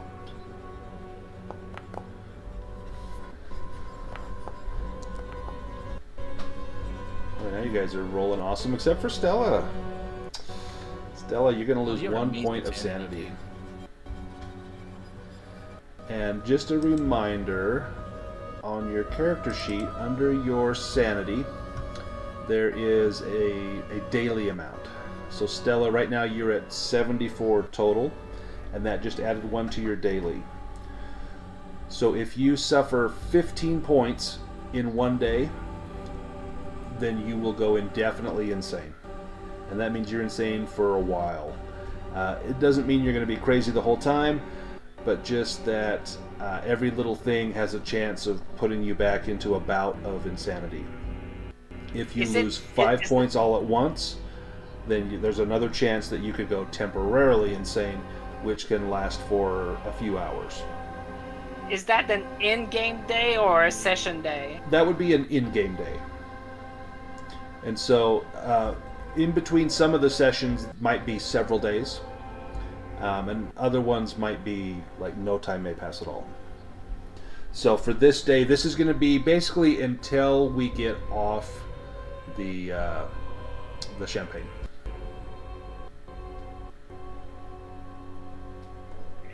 So you're still doing okay. I think, Rory, I think you have the lowest sanity. Yeah, if you lose 10 in one day, then you're going to experience some insanity. You are all now up on the shelter deck. I've got a deck plan here. So this will show, and if you need to zoom in on these maps, it's the mouse wheel zooms in and out. If you need to drag the map, you hold down the right arrow and then you can move the map around. So you are on the shelter deck right about here. Where do you go from here? Rory, you know something about the ship specifically that's going on. Remember, you didn't hear anything. The boilers are yes. dead. Well, I will suggest that we check the boilers first.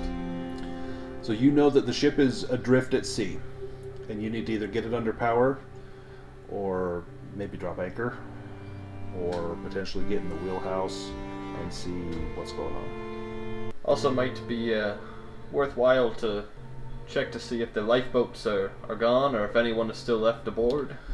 So the lifeboats are going to be up here on the boat deck, so that's up 2 decks, if you want to check there. You know that many of these decks will have sleeping quarters, cabins. Some will have galleys, some will have, dining rooms, things like that. Well, we should try and find the captain. Any good captain would stay with his ship no matter what. So at the front of the shelter deck, up here, I believe you can access the the bridge, or up towards the front is where the bridge would be. You have that break, please? Sorry, you want the break now? Yeah, please. Yep, let's go ahead and do that. This is a good place to do it. Let's take a 5-minute break.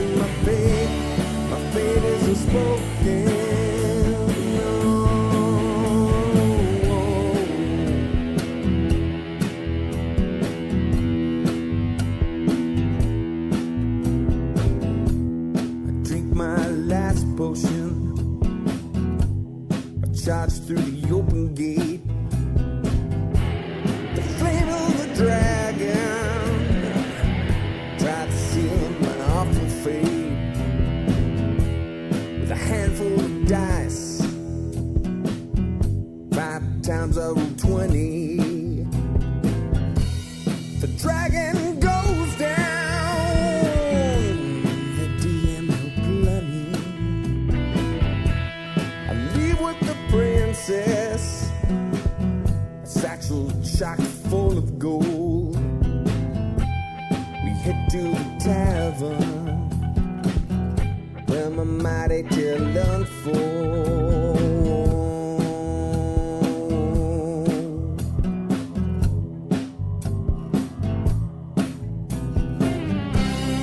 Crafted from numbers on living paper. I skip from the mundane to a naval caper. While in real life, my fate is unspoken. Hero roll of the dice and my fate is unspoken. The king honored me with a mighty crossbow. It's blessed by the elves, he said. I thank him and I go. The life of a hero, struggling to stay alive. It's worth all the hardship though, 'cause now I'm a level 5.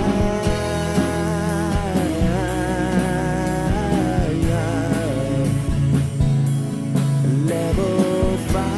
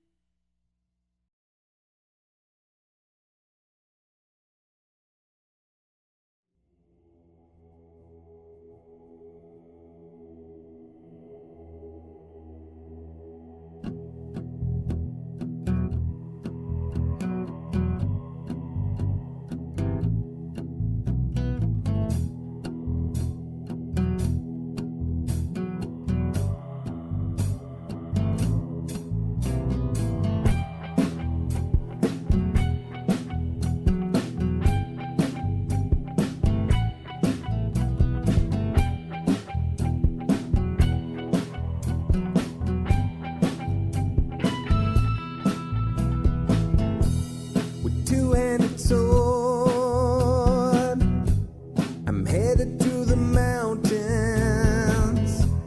to rescue the princess from the evil goblin. I ignore all the signs of All right, is everyone back and accounted for? Yeah, I I'm believe back. so. Me, Clara, and Hassan definitely are. I can't speak for the other two. Perfect. I'm back. I hear Miss Pick. Is Henrik, are you here? Yes, I'm back. Oh, perfect. Let me just turn down that volume just a little bit for me. That song was a little loud there.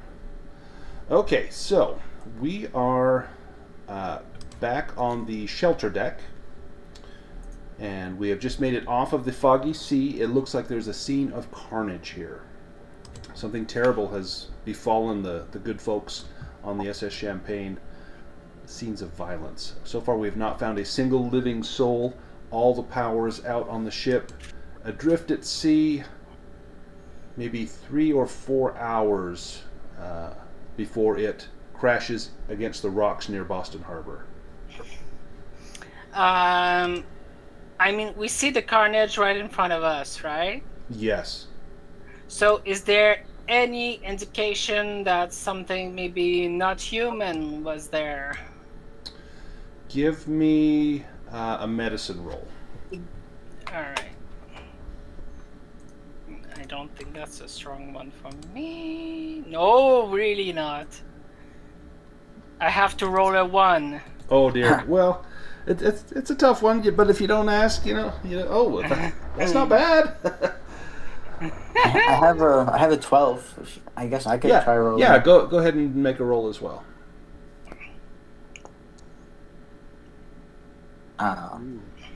No, it's fine. Do either of you want to push that roll?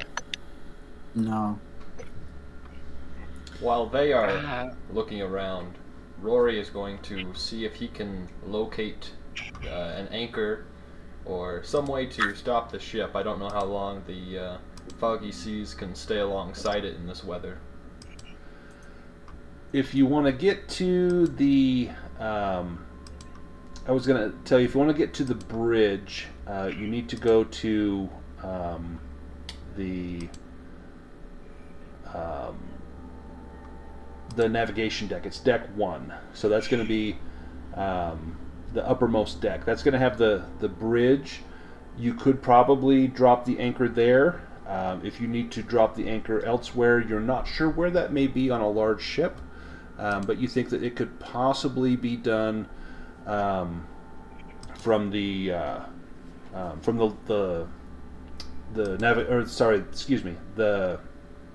promenade deck.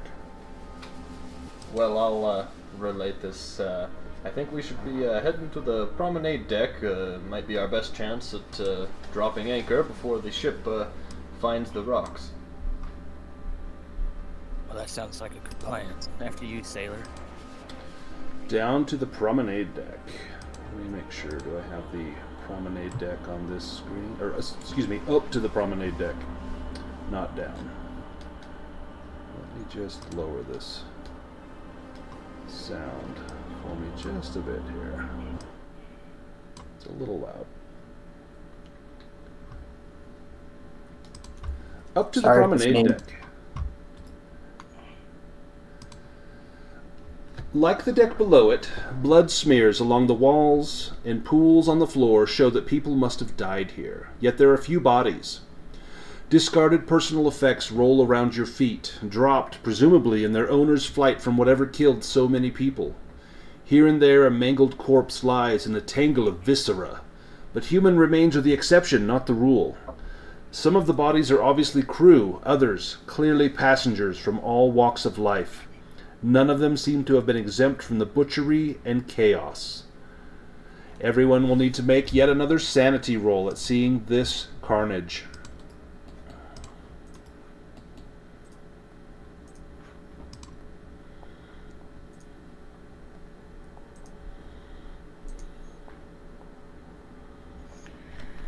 Seriously? This is pretty messed up. It's kind of weird that we're all passing. This is like a horrifying Right? scene. It's like, it's like a butcher shop. Except for poor Stella. Stella finds this absolutely horrific. Rebecca, she is like, this is like how she decorates her room at home, apparently. Everyone that passes is still going to lose 1 point of sanity. However, Stella, you are going to lose 2 points of sanity.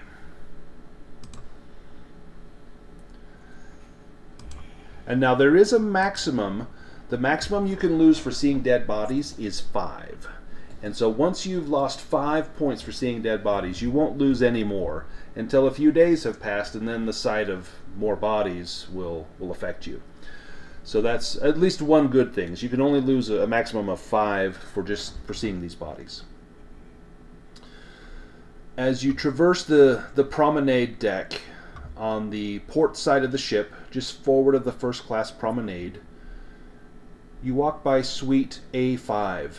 This is one of the large first class suites, officially known as the Regal Suites. This section of corridor clearly witnessed a struggle of a different kind. The blood spatter on the walls here has bullet holes in the center of it. All the holes face a single bullet-riddled door, as if someone, or perhaps a group of people, shot through it from the inside of the stateroom at those gathered in the hallway. The bodies of 2 men lie crumpled in a heap beneath the blood-soaked wall, the unfortunate victims of a lethal amount of lead poisoning, but probably the bullets got them first. Suite A5 seems to be the site of a gunfight. Now, William, right off the bat, this is going to key in on your training, that you know that this was a homicide. Yeah, this is the kind of thing we live for. I'm trying to figure out. In my mind, William's walking up to the bodies, the 2 bodies that have clearly been shot, and he's trying to figure out maybe what they were doing at the time of their death. Like why would somebody shoot through a door, which is a really risky thing to do. That's desperate. You know, what was up with these guys? Do they have anything? Give me a psychology roll.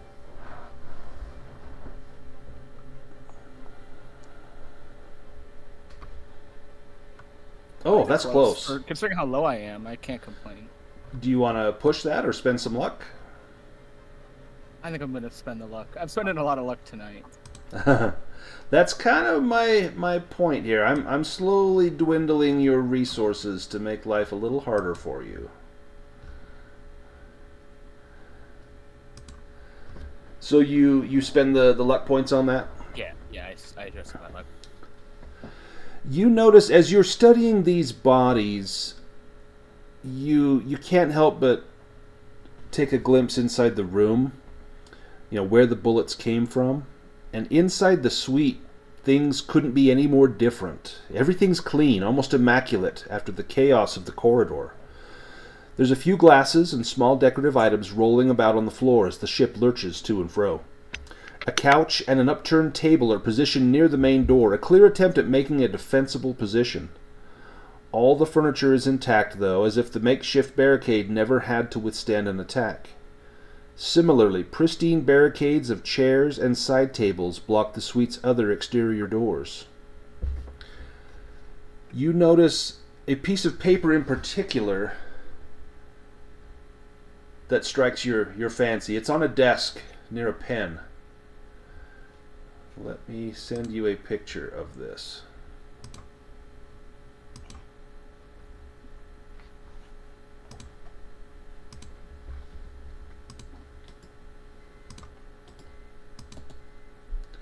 And this will be listed. I'm going to configure ownership so that in the journal section you will have access to this forever.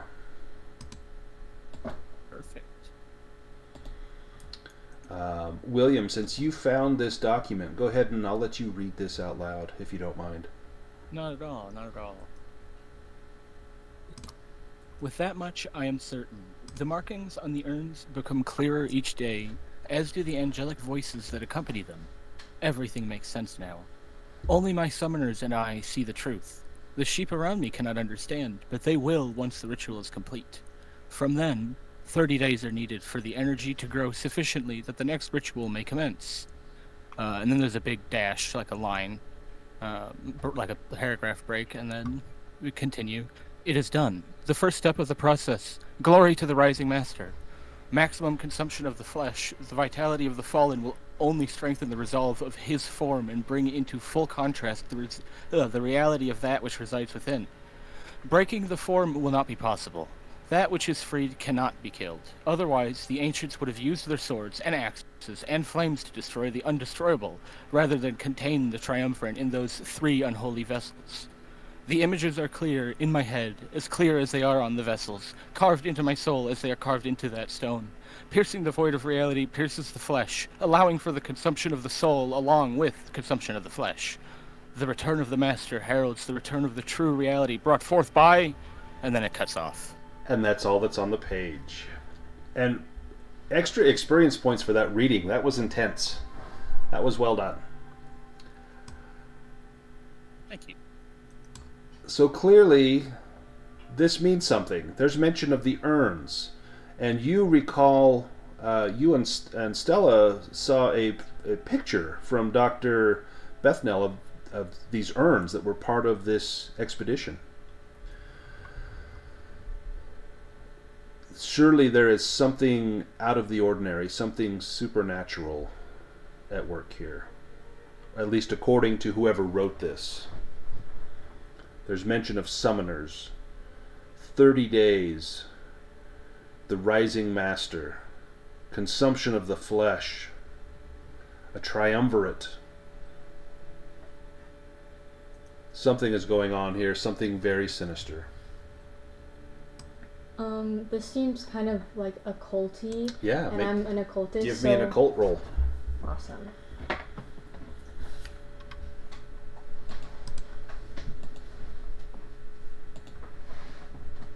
Oh. Not great. Do you want to push that or spend 12 luck? I'll spend 12 luck. Spend 12 luck.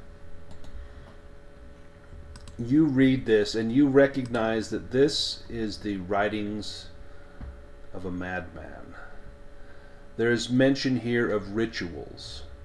And not just one, but you sense that there are more yet to come. That time must pass between each ritual. There's mention of the next ritual that may commence. Sounds like something has happened. They have brought forth something. That something cannot be destroyed, cannot be wounded by swords or axes and flames. Whoever did this, whoever brought forth this, surely does not understand the full depth and breadth of what they have just unleashed upon the world. And as you look around at the bloody passageway and consider all of the death, the stench of coppery blood fills the air. You can't help but fear at what you may yet find on the ship.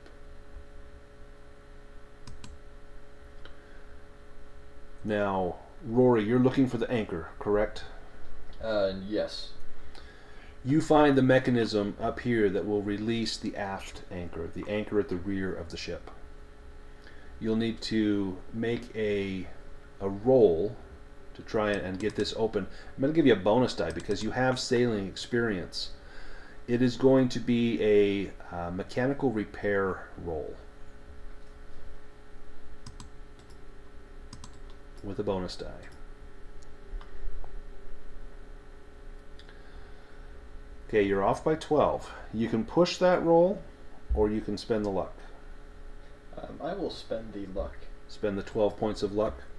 Yes. So it looks as though this is jammed, almost as though it's been sabotaged. Someone did this on purpose. But you managed to, through brute strength and skill honed over your years spent on a sailing ship, you're able to get this working. And you hear the loud clank as the anchor chain is released, and that heavy lump of iron heads down into the sea. You're not certain of the depth here. You don't know if it's going to hit bottom. You could be in a deeper area, but one way or another, if you're drifting closer to shore, there's a good chance that's going to catch on something, but you don't know if it's going to catch now. But the anchor is down. That's one good step towards at least halting this from crashing into the harbor. And once I've released the anchor, I will warn the rest of my companions that when it does catch, there might be a large lurch by the ship, so just to brace themselves when that does happen. Excellent. Where do you propose going from here? You seem to be the most experienced on a ship. Well, it wouldn't be a terrible idea to head to the boilers, I would think. Boilers would be down in the hold, the lowest deck of the ship. You want to head down there? I think that is where Rory would want to check next. Does anyone else have any and do you want to stick ideas? together, or do you want to split up to make the searching go a little faster? If someone wanted to accompany Rory down to the boilers, the rest of the investigators here could check out something else. Sorry, do I have any information about my cousin who was on this ship? Like, So- which room he was in? Give me a roll. Give me a no roll. That's going to be like KNOW, so that's an intelligence roll.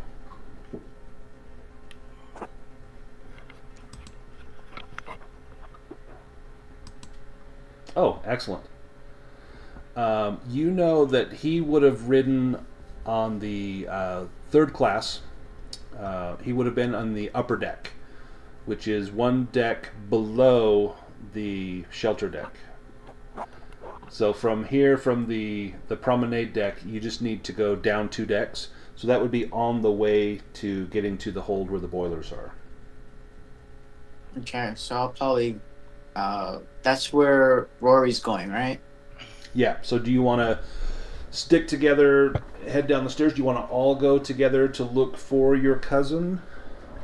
I mean, I'll at least stick with Rory, and I guess I would want Rebecca to stay with me. I mean, it's up to her, but since she I came think together I would go with me. with you. So we're sending Rory on his own down to the boilers? Yeah. I think Guess he's I okay with turn. that. He can take I care turn- of himself. I don't want to go with him because we don't want to send both of our strong people alone Right. away from all the weak people. Yeah. No offense, but I turn towards William and say, I think we should check out the captain cabin. What do you think, love? I was most concerned with the bridge, wherever the main controls of this place would be. I'm Yes. no sailor. That's but going to be on the very kind of top. command center.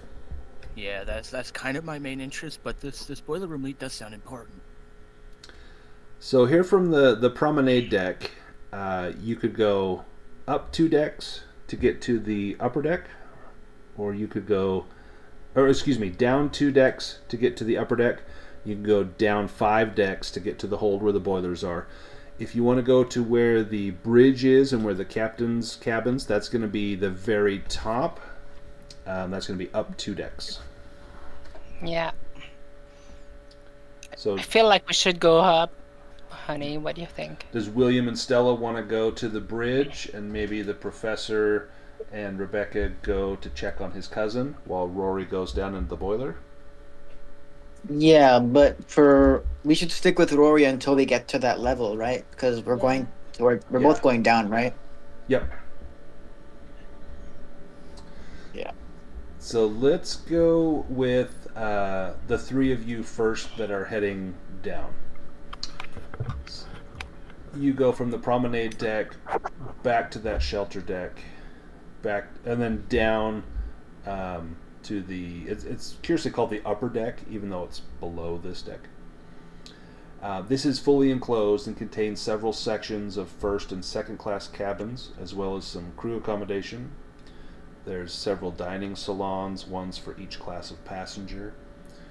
As you walk through some of these dining areas, natural light spills in through windows and light wells.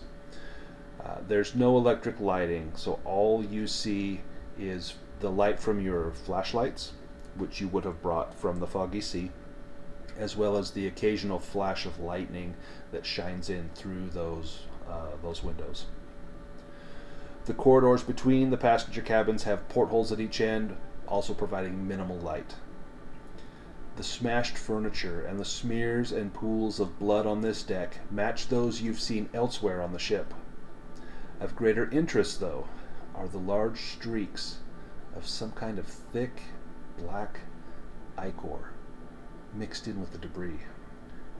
These smears continue down the corridor in a clear trail, heading toward the ship's bow. Signs of struggle and calamity are evident throughout this deck.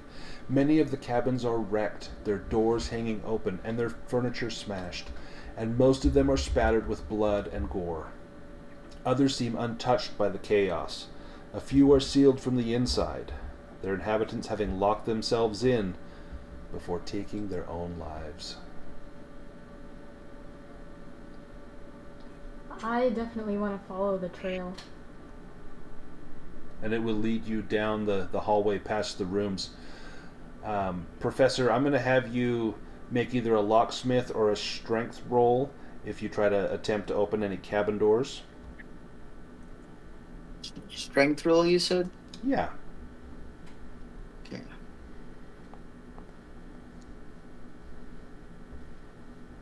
You succeed. So you try to force a door open. You finally give it a kick. You step back and bring the heel of your fine leather shoes up against it.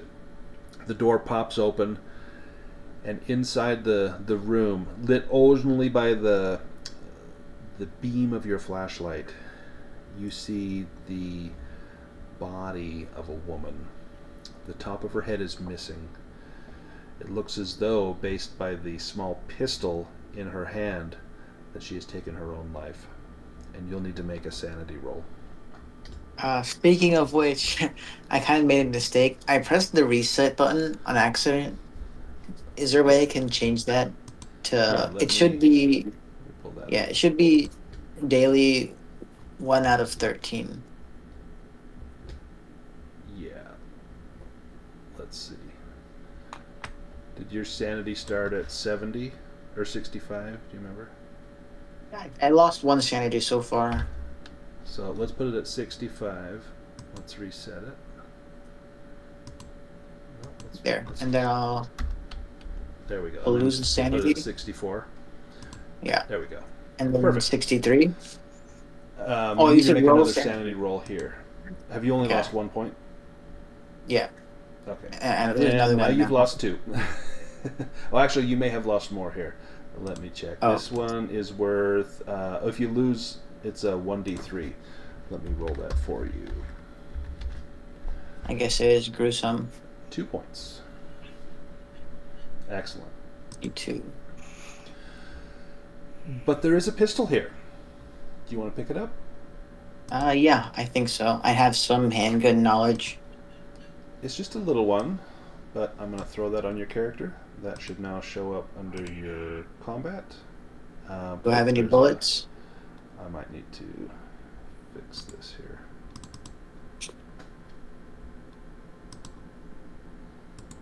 Not sure why that showed up in red here.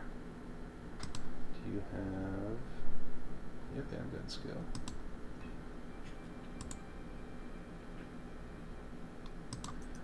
Let me just do a little bit of stuff on here.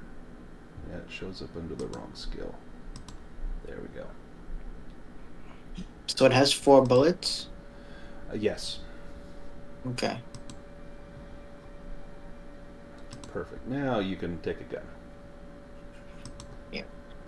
I pull the mag out and check that I have 4 bullets, showing that I have at least some skill with it. So there were 5, but she has used 1 to remove the top of her cranium from the bottom. Oh. Now, Rebecca, you are following that trail. Yes, I'm very interested. The trail leads you to one of 2 staff entrances to the third-class dining saloon. A smashed barricade of tables and chairs stand in front of what used to be a staff entrance. The blockade did nothing to keep out whatever came through here, as the Ichor Trail leads straight into the large vestibule beyond. A farther set of doors leads into what appears to be a dining area, most likely used by the third-class passengers, given the plainness of the furniture. Its barricades, too, have been destroyed. The walls on either side of the entrances are marked with strange symbols drawn in white chalk. Do I recognize any of the symbols? Give me an occult roll. It appears that someone or something has smeared blood all over them, marring their shape. You doubt that, even if the symbols were pristine, you would be able to decipher them in this state. However, you did roll quite well. Yeah, let me show you what one of the symbols looks like. Let me find it.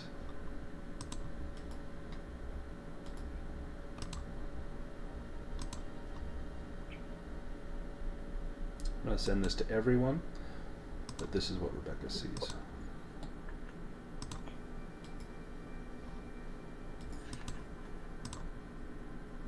Inside the room there is more devastation. Bodies, parts of bodies, and pools of blood lie scattered among overturned dining furniture, discarded weapons, and debris. Nothing withstood whatsoever caused this assault. Not all the bodies show the same cause of death, though. Some seem to have been drained of all their fluids and are now nothing more than husks.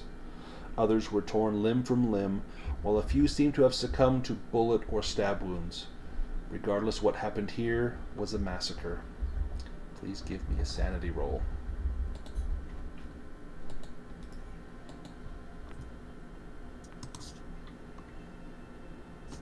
Excellent. Nice. You will lose 1 point of sanity.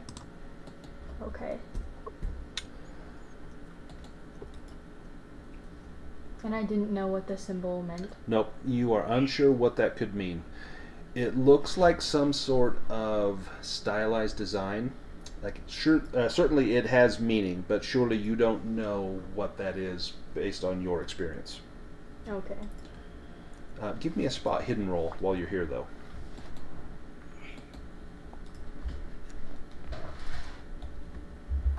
Oh, well done. I'm doing so well. You find this. And I'm going to mark this in the journal so that you all have access to it.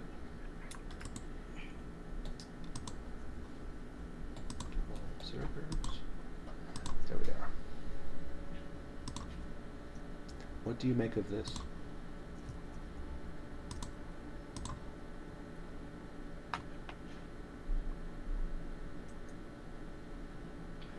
One thing that you notice, because you rolled so well, you got a extreme success. You notice that the circled names are all in the same room, room A5. So maybe these were like the occultists? Well, you recognize one of the names, the one at the top. Last name Sebastian, first name Nicholas. Looks like he's a professor. Oh, right. Yeah, this is the professor from the dig. And now you know his room.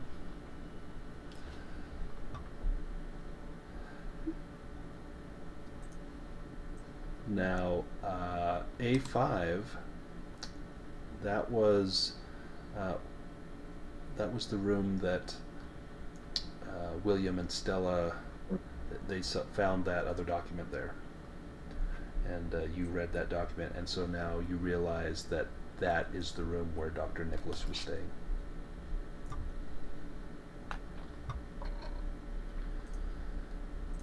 As the professor comes down the hallway and continues looking for his cousin, you come around a corner to find a pile of debris on either side of the corridor. A clear path runs between the piles, and beyond them is a scene of carnage. Let me send this to you.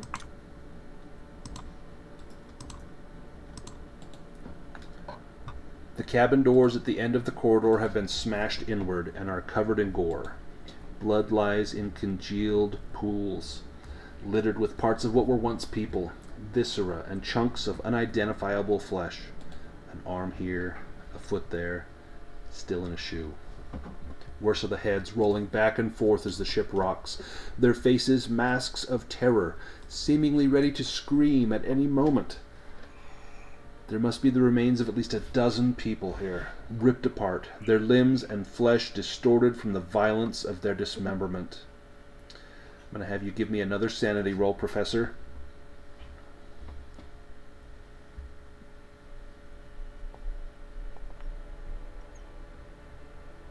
Oof. You make it, barely, and you're going to lose 1 point of sanity as you find half of the face of your missing cousin, Frederick Grossman. No. And Frederick. you heave and lose the contents of your stomach as you find your family member torn to shreds. Now, let's go to the hold. So we've got Rory heading his way down.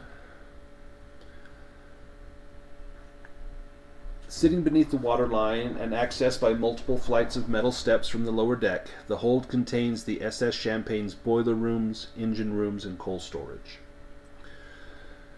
The ship's bowels are filled with machinery and equipment.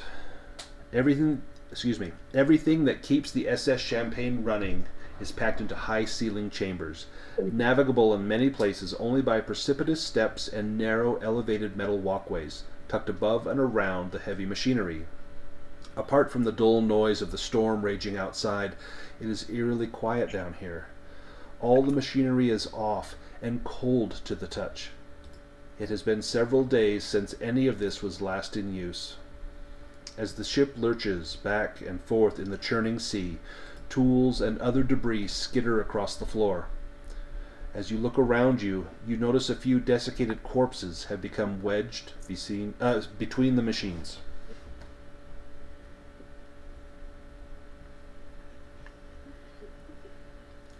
In order to get around, you need to make a dexterity roll. Just because there's so much rolling back and forth.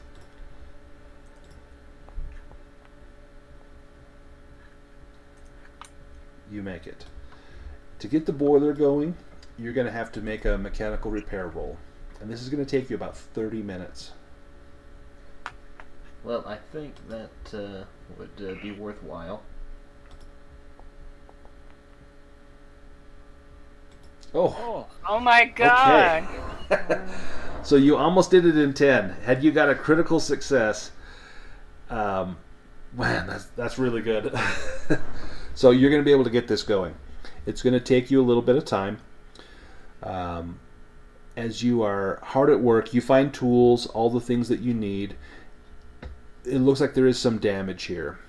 You're going to need to repair that. It's going to take some time, but you'll be able to jury-rig this to get steam built up, and then you know you can get the propellers going and get this ship back underway.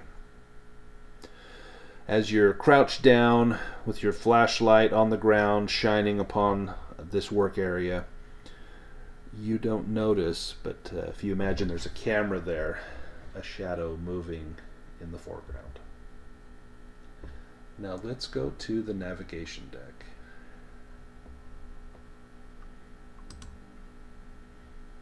The uppermost deck of the SS Champagne is home to the bridge, the wheelhouse, several of the officers' quarters, and the radio room. Normally, you would not be permitted into this deck or into these rooms except with an invitation from the senior staff. The door opens to reveal the SS Champagne's bridge. Send a picture.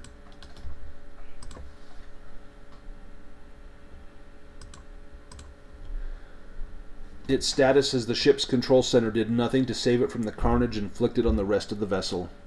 The desiccated corpse of a crew member lies slumped over one of the internal telegraph stations. Several other instruments are sprayed with blood, and almost all of its 12 sea-facing windows are smashed outward. Wind howls through the broken panes into the room, bringing with it rain, the smell of the ocean, and the hint of ozone from the storm. I will need William and Stella to make a sanity roll. Yes.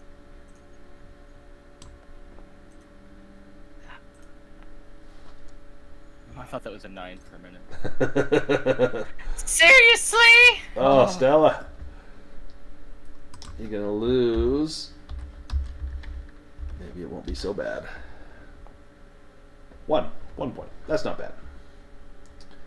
And William, you lose 0. Yeah, again, you're used to seeing this. Let me have one of you, if you want to make either a medicine or a first aid roll, maybe just get a quick look at these bodies. I'm gonna go first aid, which is much better. Yeah, that's kind of also, I'm pretty good at that. Oh, well. Oh, puff, nah. Well, they're clearly dead. Whatever caused this rapid dehydration they've undergone is a mystery, but they look like they are completely desiccated and dry. Now from here, you can see that without power, the ship's going to run aground outside of Boston Harbor. Any controls, throttle, anything you try and adjust is unresponsive. Okay. Do we see any sign of the captain? Give me a spot hidden roll. Alright.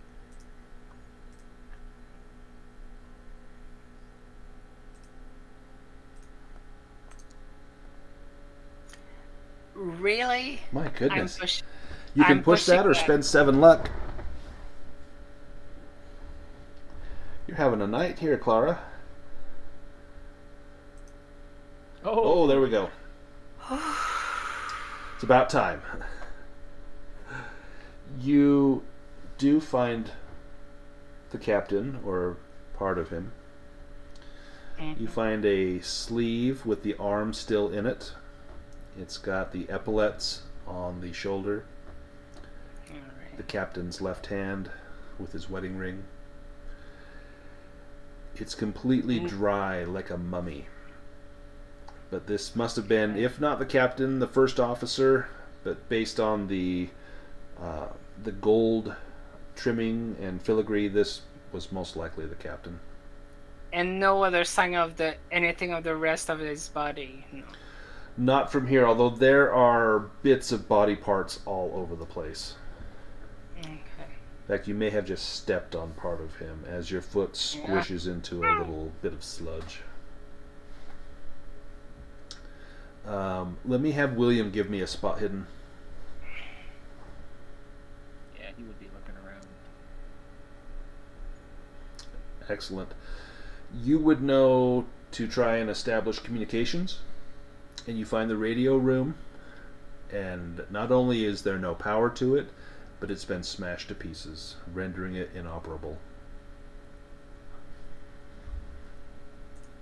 Is there... Well, I mean, I probably would just know this, right? Like, I mean, there's a lot of destruction going on, but was there any way I would be able to know if this is like an intentional, sabotage? This looks like sabotage for sure, here on the radio. See, there's something smart going on out there. It's not just mayhem. That's what William's thinking. Yeah. So it looks like if you can get power, you at least have access to the bridge. There is no radio contact. You wouldn't have the spare parts to try and repair this. It looks like the captain and crew are dead. You have yet to find any survivors.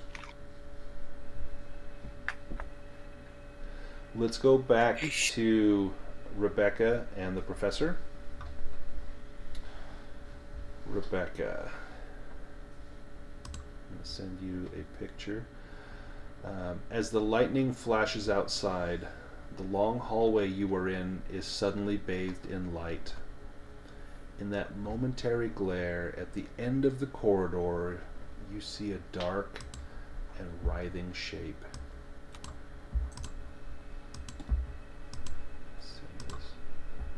Worse, you see a pair of tentacle-like appendages unroll and slither towards you. Oh no. Then abruptly, the darkness returns as the lightning strike ends. You need to give me a sanity roll.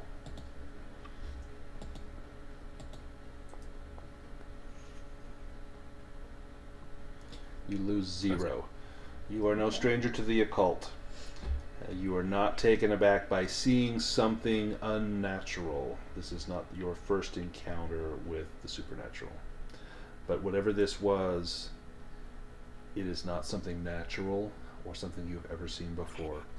And the fact that it was there in the light and then gone as you bring your flashlight up into the area, it appears completely empty.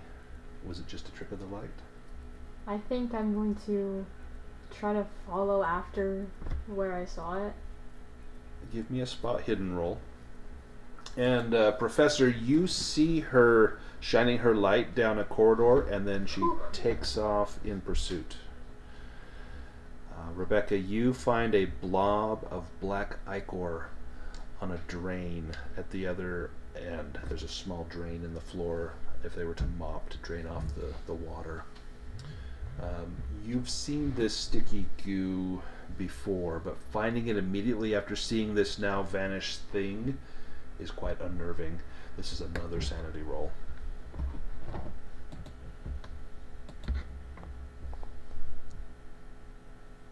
Wow. Holy cow. Don't dare. Yeah, no big deal for you. You want to make friends with this. Yeah.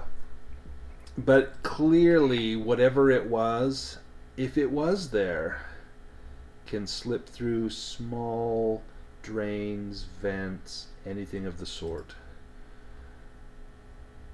But maybe it was just in your imagination. Professor, what do you do as you see her scurry down a hallway and shine a light on a floor drain.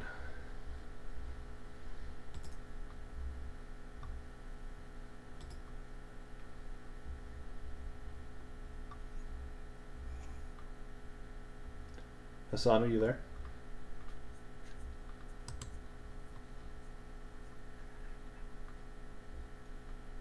Sorry, I was muted. Oh, no problem. No Um, problem. Yeah, so I'm sitting there in front of my dead cousin, right, and I'm trying to kind of process what happened. Yeah, this has not been a Um, good day. no, no. Um, I let's see. I'm what, a professor of like psychology or something. Yeah. So, so I know that I can handle my grief in like a pretty intelligent way. So right now I try and keep that out of my mind. I look around this room to try and see what happened to my cousin or what could have killed him.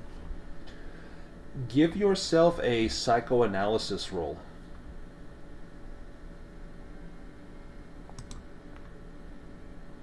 Oh. So you can use psychoanalysis to try and help people recover from insanity, from grief, from things like that. You're trying to make sense of what has happened, and the tragic loss of life just grates on you. You don't understand why someone would do this. And then you hear this squidging, slurping sound. And it's coming from behind you. And as you turn, you see a little tendril of black ooze running out of an air vent in the hallway. Oh. I pull out my gun, the gun I just got. Do you fire it? No, I keep it trained on top of that thing watching.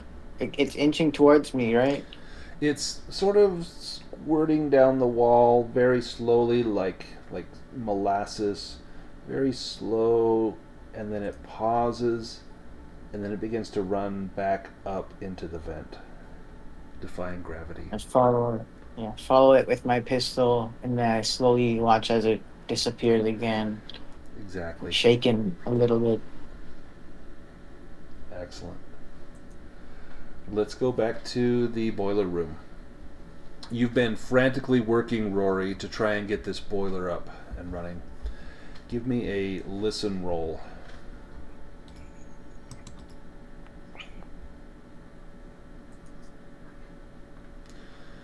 There's a lot of noise. You're kind of pounding away, maybe whistling a sea shanty to yourself to pass the time, and it's very quiet in here. Do you want to push that roll? Are you being alert to what's going on around you? I think I would push that roll. Or you could spend 9 luck.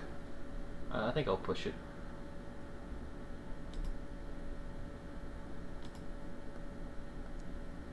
Oh, there you go. You hear a burbling, bubbling sound. And it's coming from the boiler just to your left. And there's no fire under that boiler. There's nothing that would cause it to boil. You look at the dial, there's no steam. There's something burbling away in there. Well, I think to get this operational again, I'd have to get any sludge out. So I'll take a look carefully at. So there's a release valve on the bottom that you could let out the water or sediment that might build up. Do you open that valve? I think I do. Okay. You open the valve, and a little bit of water trickles out, but there's definitely a blockage. And then you see a little blob of black, almost reflective, iridescent, oily sort of substance begin to seep out.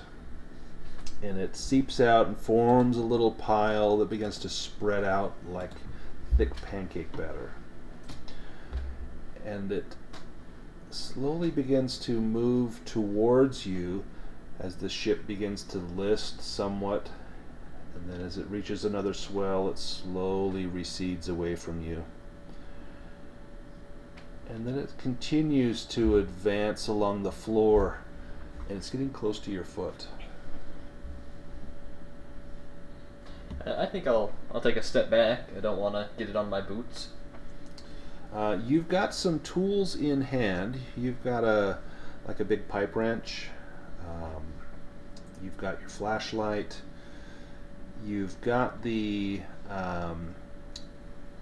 you're near one of the coal-fired furnaces. You could probably try and get that lit if you wanted. Get a little more light in here. You think you just about have the boiler ready. Yeah, whatever the next step would be to get the boilers operational. You can either give me a pilot boat or another mechanical repair to get that boiler going. Which are you doing? Was that that's mechanical repair. Got it. So how are you using your mechanical repair skill to ignite this boiler? I probably would know how how such a machine operates. Yeah, coal goes in, fire gets started. There's a little fire striker there. You can strike the two surfaces together. It makes spark. You get a little pilot going, and then just get the coal burning. As you strike that and ignite it, you're going to have to look away from that little bit of sludge. You get the fire going, and as the warm glow begins to seep into the cold hold, you look back, and that sludge is gone. I'll probably rub my eyes, thinking maybe I'm just tired. Yeah, give me a sanity roll.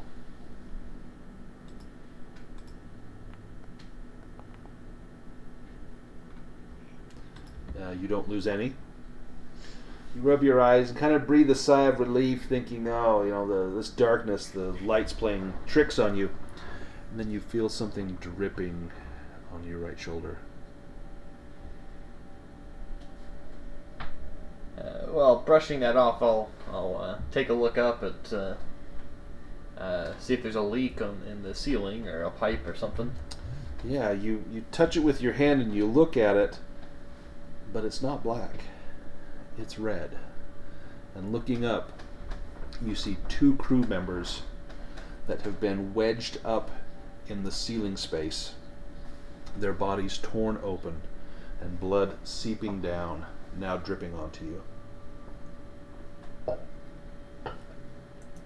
Well, I think having seen the other bodies caught in the various machinery, I would just chalk this up to more mechanical failure. This is going to cause you another sanity roll. It's crazy that the person with the lowest sanity, which is Rebecca, has done awesome and not hardly lost any. I've done so well. This doesn't bother me much. Oh, okay, that's a critical success. So not only does it not bother you, but you find it kind of amusing. I wouldn't have expected that. And you easily are unfazed by the blood on your clothes. It's a daily occurrence as a fisherman. You've got the boilers going. It's going to take some time for them to get up steam, but you're no longer required down here in the hold. Where do you go? I'll try and go find the professor and Rebecca. So you know that they were going to the promenade deck. So do you head that way? Yeah, I think I'll try and regroup with them and then see if they wanted to head up to the top deck, see if we can get this boat under control. Or sorry, they were on the upper deck, not the promenade deck. As you head up the stairs, Rebecca, you hear sounds coming from the metal stairs, and you know that it's most likely one of your companions, although you have yet to see another living human here. Do you take any precautions?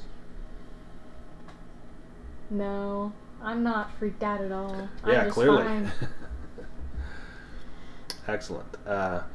Professor, you are still cradling the bloody remains of your cousin, Mr. Green. And you see Rory Campbell come up. He's got grease on his hands. You notice a little bit of blood on his shoulder. But he seems to be smiling, pleased with himself for getting the boilers going. You see, Rory, you see the professor kind of seated, cradling someone's bloody remains.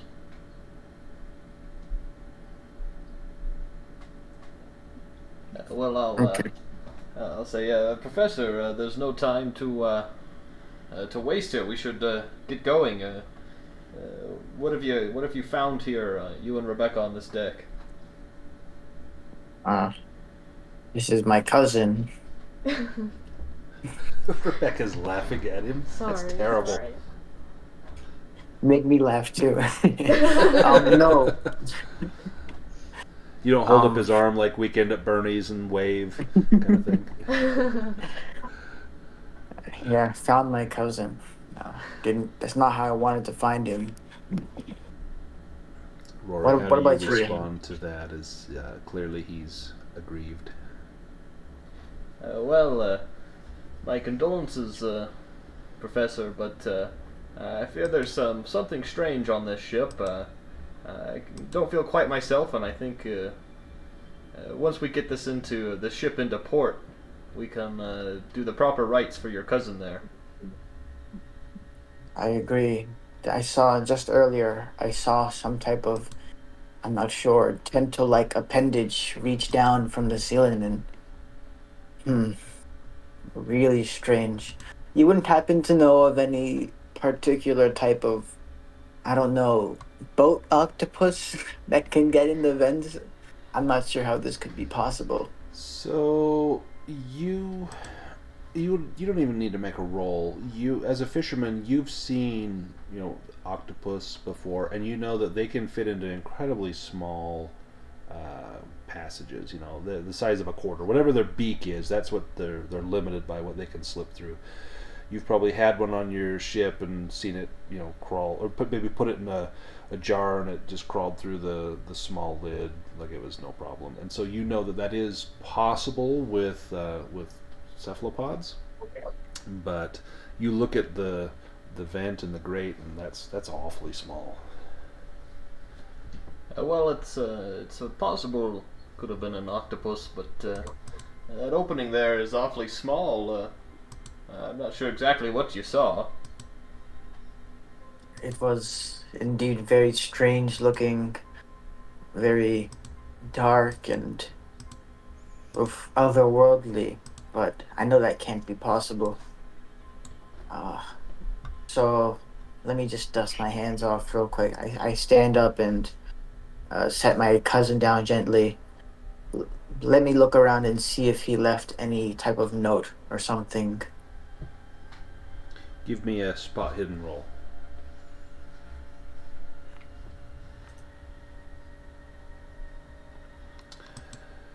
Yes, there is a note, and it's actually addressed to you, and it says, "My dear cousin Sam, I don't know what has happened.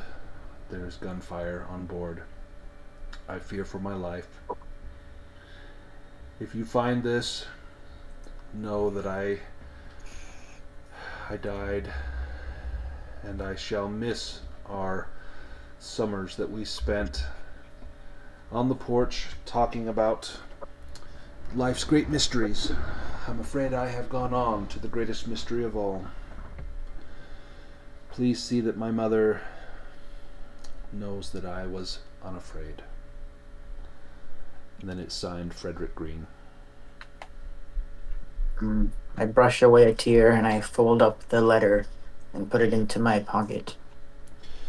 If you want, on your character sheet, you have on your backstory, there's like prized possessions, and right now you've got your father's pipe. If you want, you can add that letter from your cousin.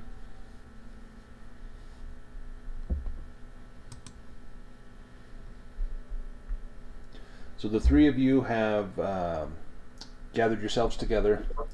You're here in the room where the professor's cousin was slain. You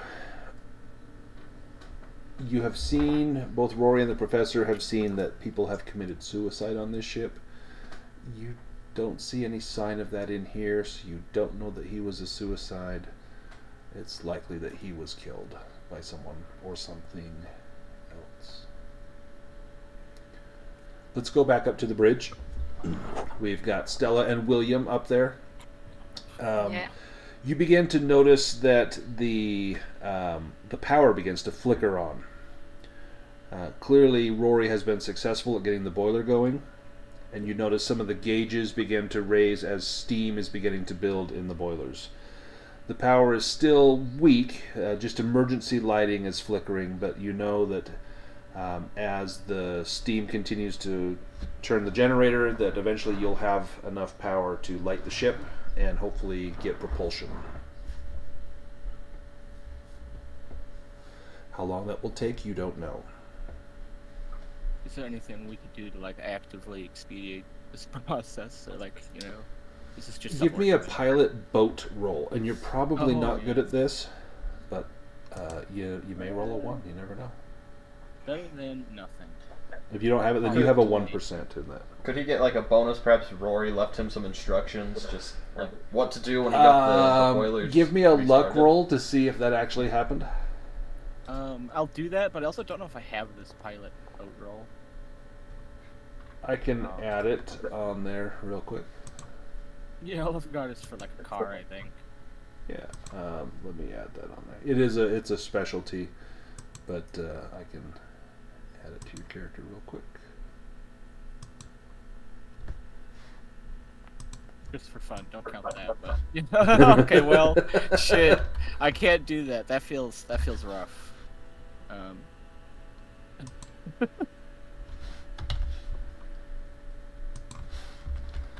Let's get this on here. Pilot. Oops. Oh, okay, I see that you're changing the sheet.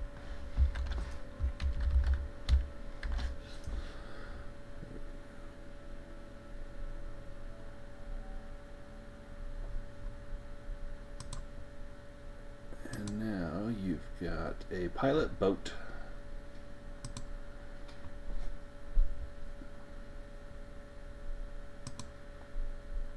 Oh, that's not good at all. Better than your last roll, though. Yeah, that's true. So yeah, you have no idea. There's no manual. This is not like a little outboard or anything. This is a significant piece of engineering. I hardly know how to drive an automobile. Right, let alone this. You see there's a big wheel that you could probably turn, but you don't know that there's any propulsion. But if you do turn the wheel, you notice that it doesn't really change the heading of the ship. You're clearly at the mercy of the sea. From up here, though, you have a really good view of the storm, and you can see that it's getting worse.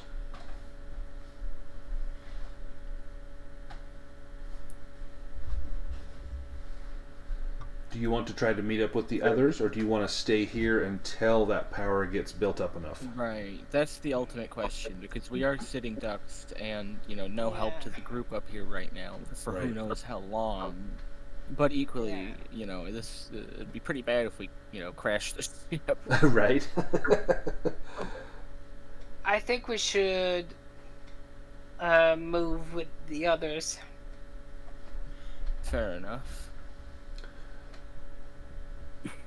Where do you think you would meet them at? All we know is, I think the professor was very vocal about him going to meet up Grossman, and I think I would have been listening because the agency that I work for did have a few questions for him. I feel like Yeah. I would remember his name. And so that was on the upper deck. So it'd be deck 5. And you can head there. And Yeah. along the way, Stella, as you are going down the stair rail, you notice that your shoe becomes stuck in something. and you Okay. think it might be gum. It's definitely sticking your foot to the stair, and as you peel it up, it's some sort of black viscous substance, almost like tar. All right. As you kind of scrape it off of your shoe, you notice that it reforms from small little bits into one giant blob, or not really giant, still gum sized, but it was smaller pieces that reforms.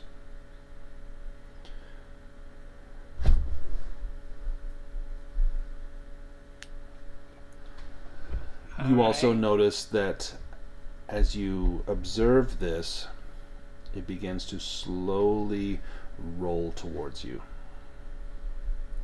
Okay. I try to get the fuck out. All Give me a sanity roll. right. That has been going so well so far. I know, right? I believe in you. Oh Hey, my you pass god! one, and you don't lose any.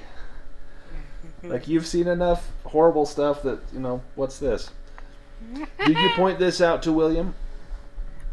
Oh yeah. What do you think about this, William? I think Williams. He's not been like too phased by this so far. He's seen some stuff. He's seen some stuff. So, but it's like clinically interesting. It seems like it's following Stella, which does catch his attention. I think that is quite curious. I'm gonna Seems have you attracted give to- me an intelligence roll. I can be smart sometimes.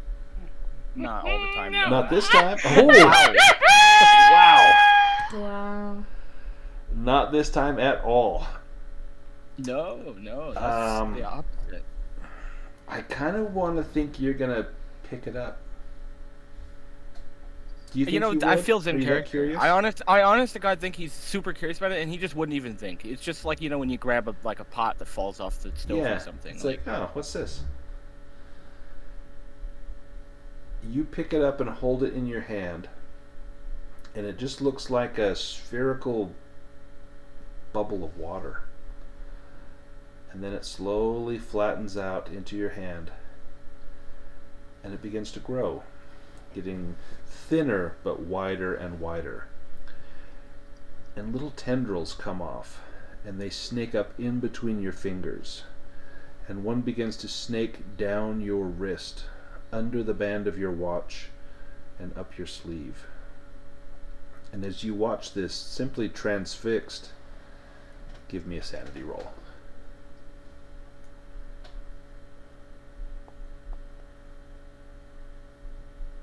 You lose 1 point. Most curious. Yeah, this is just fascinating. It's like the first time you held mercury.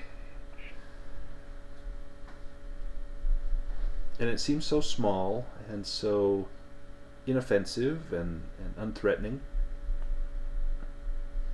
And then you feel the burn. Your arm begins to throb, almost like a toothache. And you see the blood. Like a leech, this black substance begins to burrow against one of your blood vessels. And as it begins to leak down your arm, you notice this black substance pooling and oozing around that blood. And you're going to lose 1 hit point.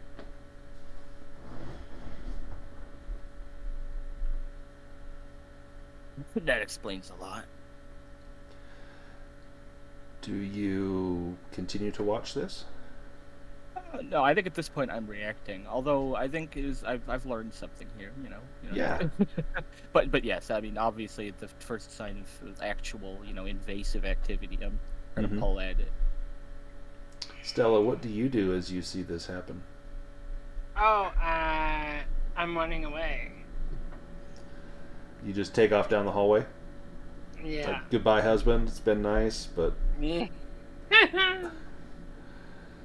As Stella runs down the hallway, not quite screaming or shrieking, but clearly wanting to get away from this, William, you shake your hand, and it feels like it begins to peel off, and then it reattaches to your hand. And you smear your hand along the wall, and it comes off almost like a second skin, leaving a bloody smear behind it.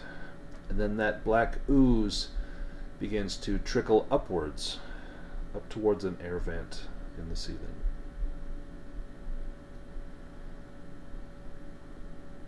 Do you go after Stella? Yeah, that is grim. I suppose William's shaking his head and then he's trotting off. Yeah, you trot off, kind of flexing your left hand and fingers. They still feel a little weak. It feels cold, as though you'd plunged that hand into ice. You catch up with Stella, and she's clearly distraught. You head down another deck of stairs, and you make it to the main deck. Let me tell you what you find there.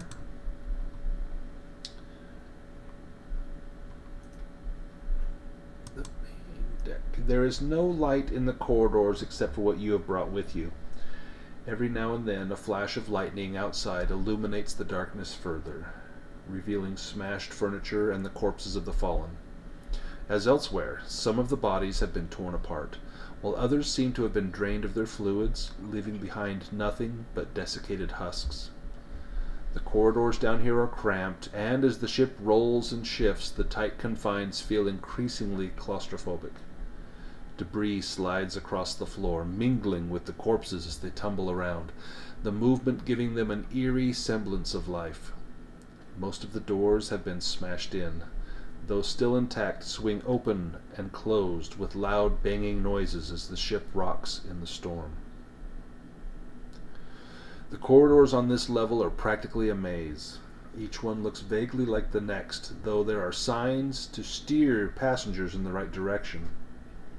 In places, gates prevent easy access to what lies beyond, though it will require a strength roll to break down one of the intact gates.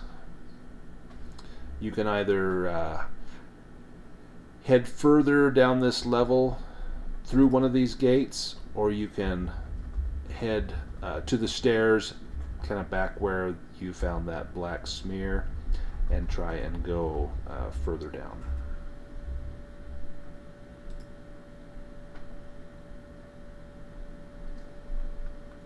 What would you like to do?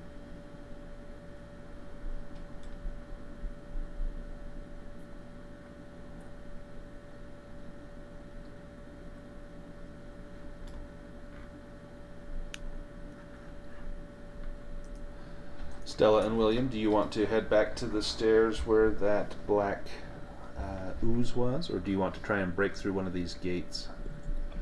Yeah, that is a tough choice. I'm kind of like of the smashing things mindset, but I think Stella's like the telling me what to do mindset. So yeah, you gotta listen to her. Okay, Yeah. so can you break it?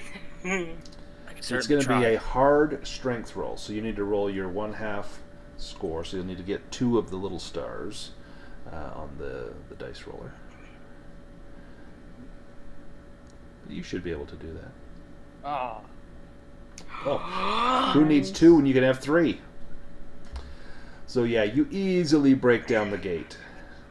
You didn't even need to find like a pry bar or anything. You just put your shoulder into it, kick it a few times, and it breaks open. We raid, houses all the time. I'm used to that kind of thing. Oh yeah, this is no big deal. In fact, Stella maybe wonders, like, what do I know about this man? Like, he's got a whole skill set I'm not particularly aware of until now. Like, I've never seen him in action like this. You continue through the main deck, eventually meeting up with your friends in the upper deck. You are in the room that Rebecca found the strange markings drawn in chalk, smeared in blood.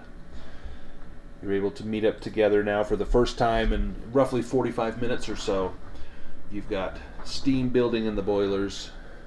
You've encountered nothing but carnage. And then most of you have some sort of experience with some strange black ooze. I'm going to let you kind of share information and gather up. Spend just a minute or two to kind of role play this coming back together. So I was actually looking at the note from the summoners, and it says, let me see, to contain the triumvirate in those 3 unholy vessels. Would I know anything about that? Give me a no roll. That's going to be your intelligence.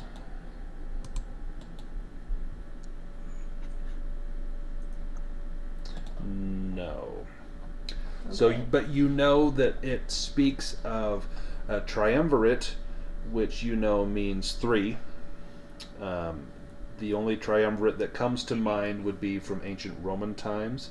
In truth, there were 2 of them, but you only know about the second triumvirate, which was Lepidus, Mark Antony, and Octavian. But you know that that word means threesome, or like 3 leaders, and then 3 unholy vessels. You have no idea what that could mean. But do you share this with the others? Because there's a good chance Stella and William might have seen pictures of 3 unholy vessels. Yeah, I would share this.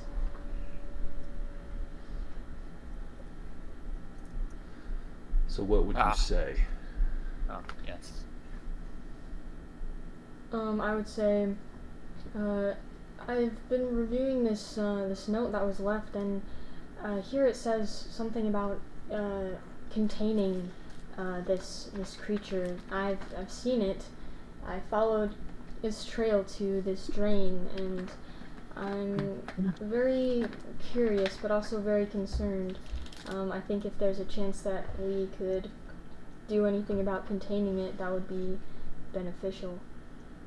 So Stella and William, what do you know about 3 unholy vessels? I think you're on the right track there, Rebecca. See, because we got this letter, remember, in the professor's cabin, suite, something like that. The pristine office that was never attacked. This letter, in one of the lines, it said something about 3 unholy vessels, and a triumvirate. I've got the letter here. Can I does everybody have that in that handout? It's in the journal. Yeah, everyone should hopefully have access. If you go to the handouts, it looks like the little book, little journal. Yeah, it's handout 1. The paragraph I'm talking about starts with breaking the form. I think I would take out that letter and hand it over to Rebecca and have, just like show it to everybody. So the main thing you get out of that is that whatever was freed cannot be killed. Otherwise, the ancients would have used their swords and axes and flames to destroy it. But instead, they contained it in 3 unholy vessels. Now, you know as an occultist that 3 vessels could be referring to perhaps even like a living person, like someone could be a vessel for another spirit, but it could also be like a container that you may bind something to a crystal or into wax or something.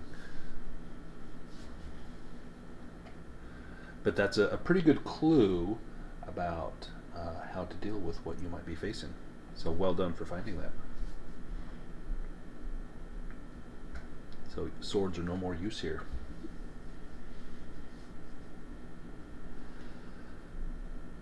As you are talking to each other, comparing notes, the lights are flickering off and on. There's a flash of lightning outside. You can see through one of the large bay windows in this room. And Rory, give me a luck roll.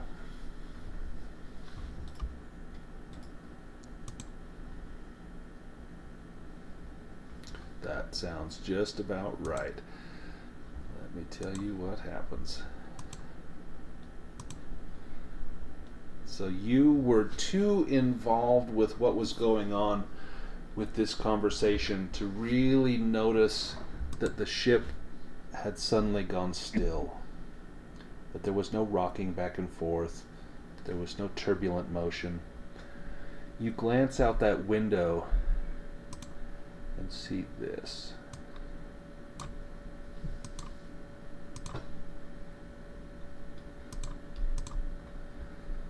A rapidly approaching wall of water, seconds before it slams into the side of the ship.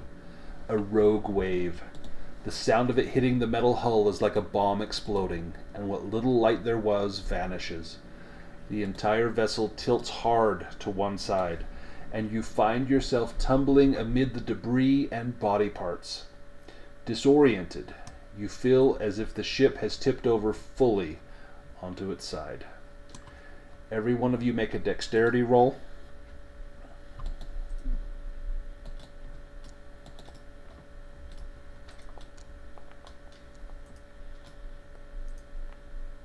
Oh, Rebecca just does not care. Man. Fire.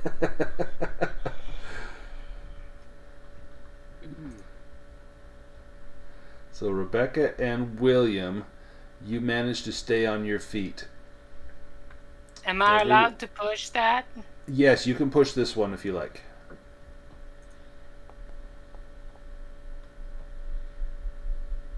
Better, but not enough. Still not enough. You can spend luck.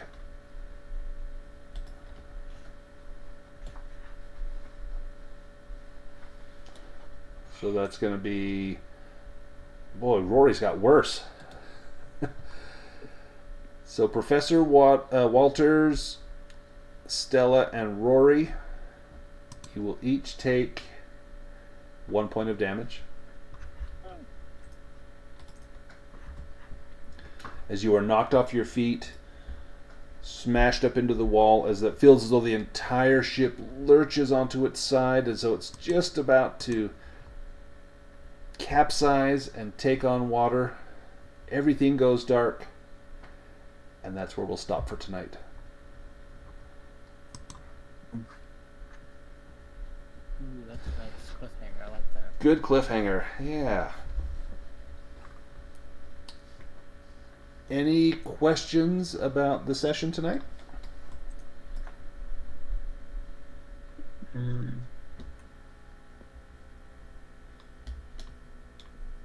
Any pressing concerns? I don't believe so. So before we finish, real quickly, let's just kind of discuss where do we think we go from here. So we need to find out, first of all, what happens after that rogue wave hits. But we're close to getting power back on the ship. What's your plan of action?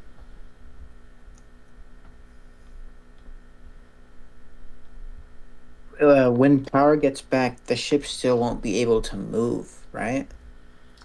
If we get power back on, there's a chance that Rory could get propulsion going.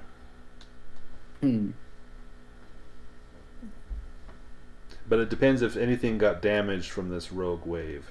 This may have My set major things off a little bit. concern, if I can add, sorry to start being a little overzealous there, but my main concern is the urns, personally. Mm-hmm. There were 3 of them, right? Yeah, 3 unholy vessels, 3 urns. Yeah. So we need to find those if at all possible. Mm-hmm. You haven't found... And I can't imagine they'll all be in one spot, like, you know... Yeah, that would be Oh, foolish. Pleasant room. Right? In a big box marked urns. You also haven't found the Professor Sebastian, or anyone that's alive, but you haven't found his remains. You've been to his room. That was the room where you found the journal and everything was kind of pristine. Like, funny that they weren't really torn to pieces and everybody else I guess at least the professor would want to get the ship towards land as soon as possible, towards shore. Yeah, at least get it pointed in that direction. The anchor is still down. That is, like, the reasonable, like, pragmatic thought in terms of, like, you know, humanity. We don't want to go smash it into the city or, you know, into a cliff or something. Right. So next week, Right. when we meet, we will kind of take over from there. I'll tell you what happens with the aftermath of the rogue wave, and then we can try and get propulsion going. And clearly, this black fluid has taken an interest in each and every one of you. I'm going to give you all the chance to do a development phase. So this is where you can level up your character. Normally in the game you would do this at the end of like the first act, which we should finish this first part in one more session. This is about where I thought we would end. And so after the next session, that's normally where you would do it. But I'm a huge fan of letting people do it at the end of every session, not just the end of the act. So let me turn on development mode. So now your character sheets will look a little differently. And over on the side you have a thing that says development. And you can click on those skills and then it'll make the improvement rolls for you.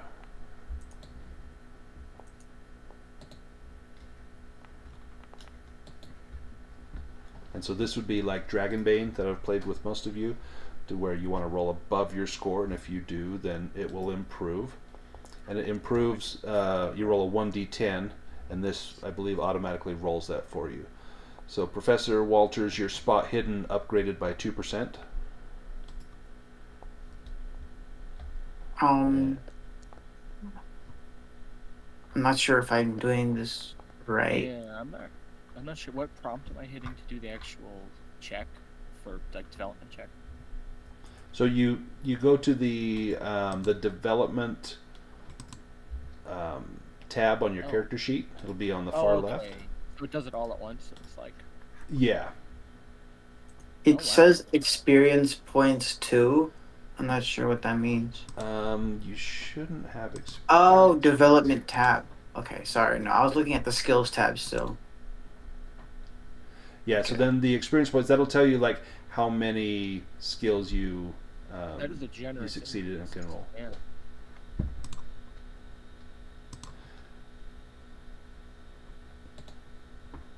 So yeah, so William Harding, you upgraded your intimidation by 9, your spot hidden by 4. Professor Walters, your spot hidden went up. Looks like Rory's listen went up. Not his mechanical repair.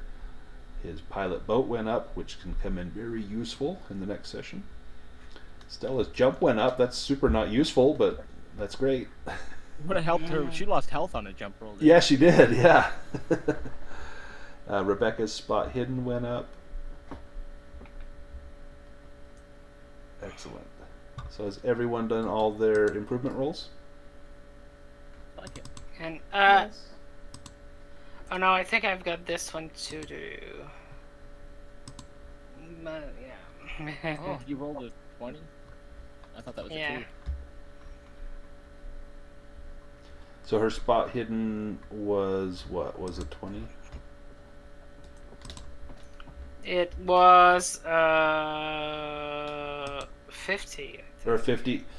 Yeah, and you didn't. You rolled you have to roll above your score. Yeah, and I rolled a 20. Yeah, so you needed to roll a 51 or higher. Yeah. So then if everyone's got all their rolls done, I'm going to turn off the development phase. All right. Perfect. And then your skills shouldn't have any of those little suns checked next to them. But your skills have gone up. So fantastic. And then you can use those new skills in the next session. Your luck will not go up until the end of probably next session when we finish Act 1. Then you'll have a chance to get a luck reward. Your hit points will not change. You basically will recover 1 hit point per day, and we're still within the same day. And your sanity, like your daily sanity damage, that's not going to change. Let's just see where we're sitting on sanity. So, Professor Walters, you've lost 4. 4 of 13. Rebecca Shadow has lost 2 of 14. Rory has only lost 1. Stella has lost 4 of 15. And William Harding has lost 2 of 14. So everyone's still doing great. Indefinite insanity is not a huge threat right now. I can't say that's going to be true for next session. But for now, it looks good. Anything else before we sign off?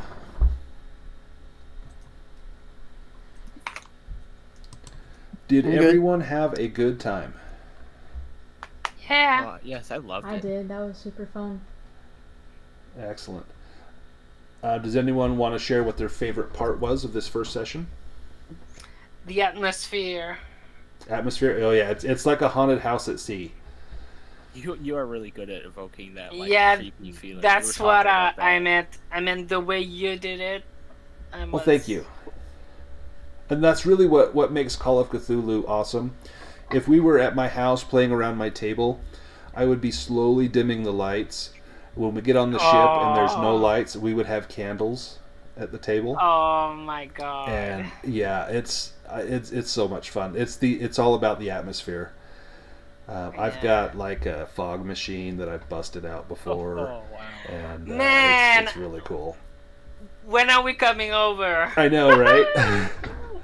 And then I would have made these props. Like you would have found an old, aged piece of paper that would have been that journal entry, or the ship manifest. I would have made it look like an actual ship manifest. And so the props are what really makes it a great experience. It suffers a little bit with the digital because you can't have it in hand, but you get a chance to at least see like some cool artwork that's very evocative. My favorite moment from this session was when Luke read that journal entry. Like that was intense. Yeah. You're too kind. Oh, it was great. Anyone else have anything they want to share? No. Good night, everyone. I guess. We will get together again next Tuesday at the same time. We should finish Act 1 next Tuesday. We'll probably get through Act 2 in a single session. Maybe 2, but probably 1. And then we'll see on Act 3. That may take 2 or 3 sessions.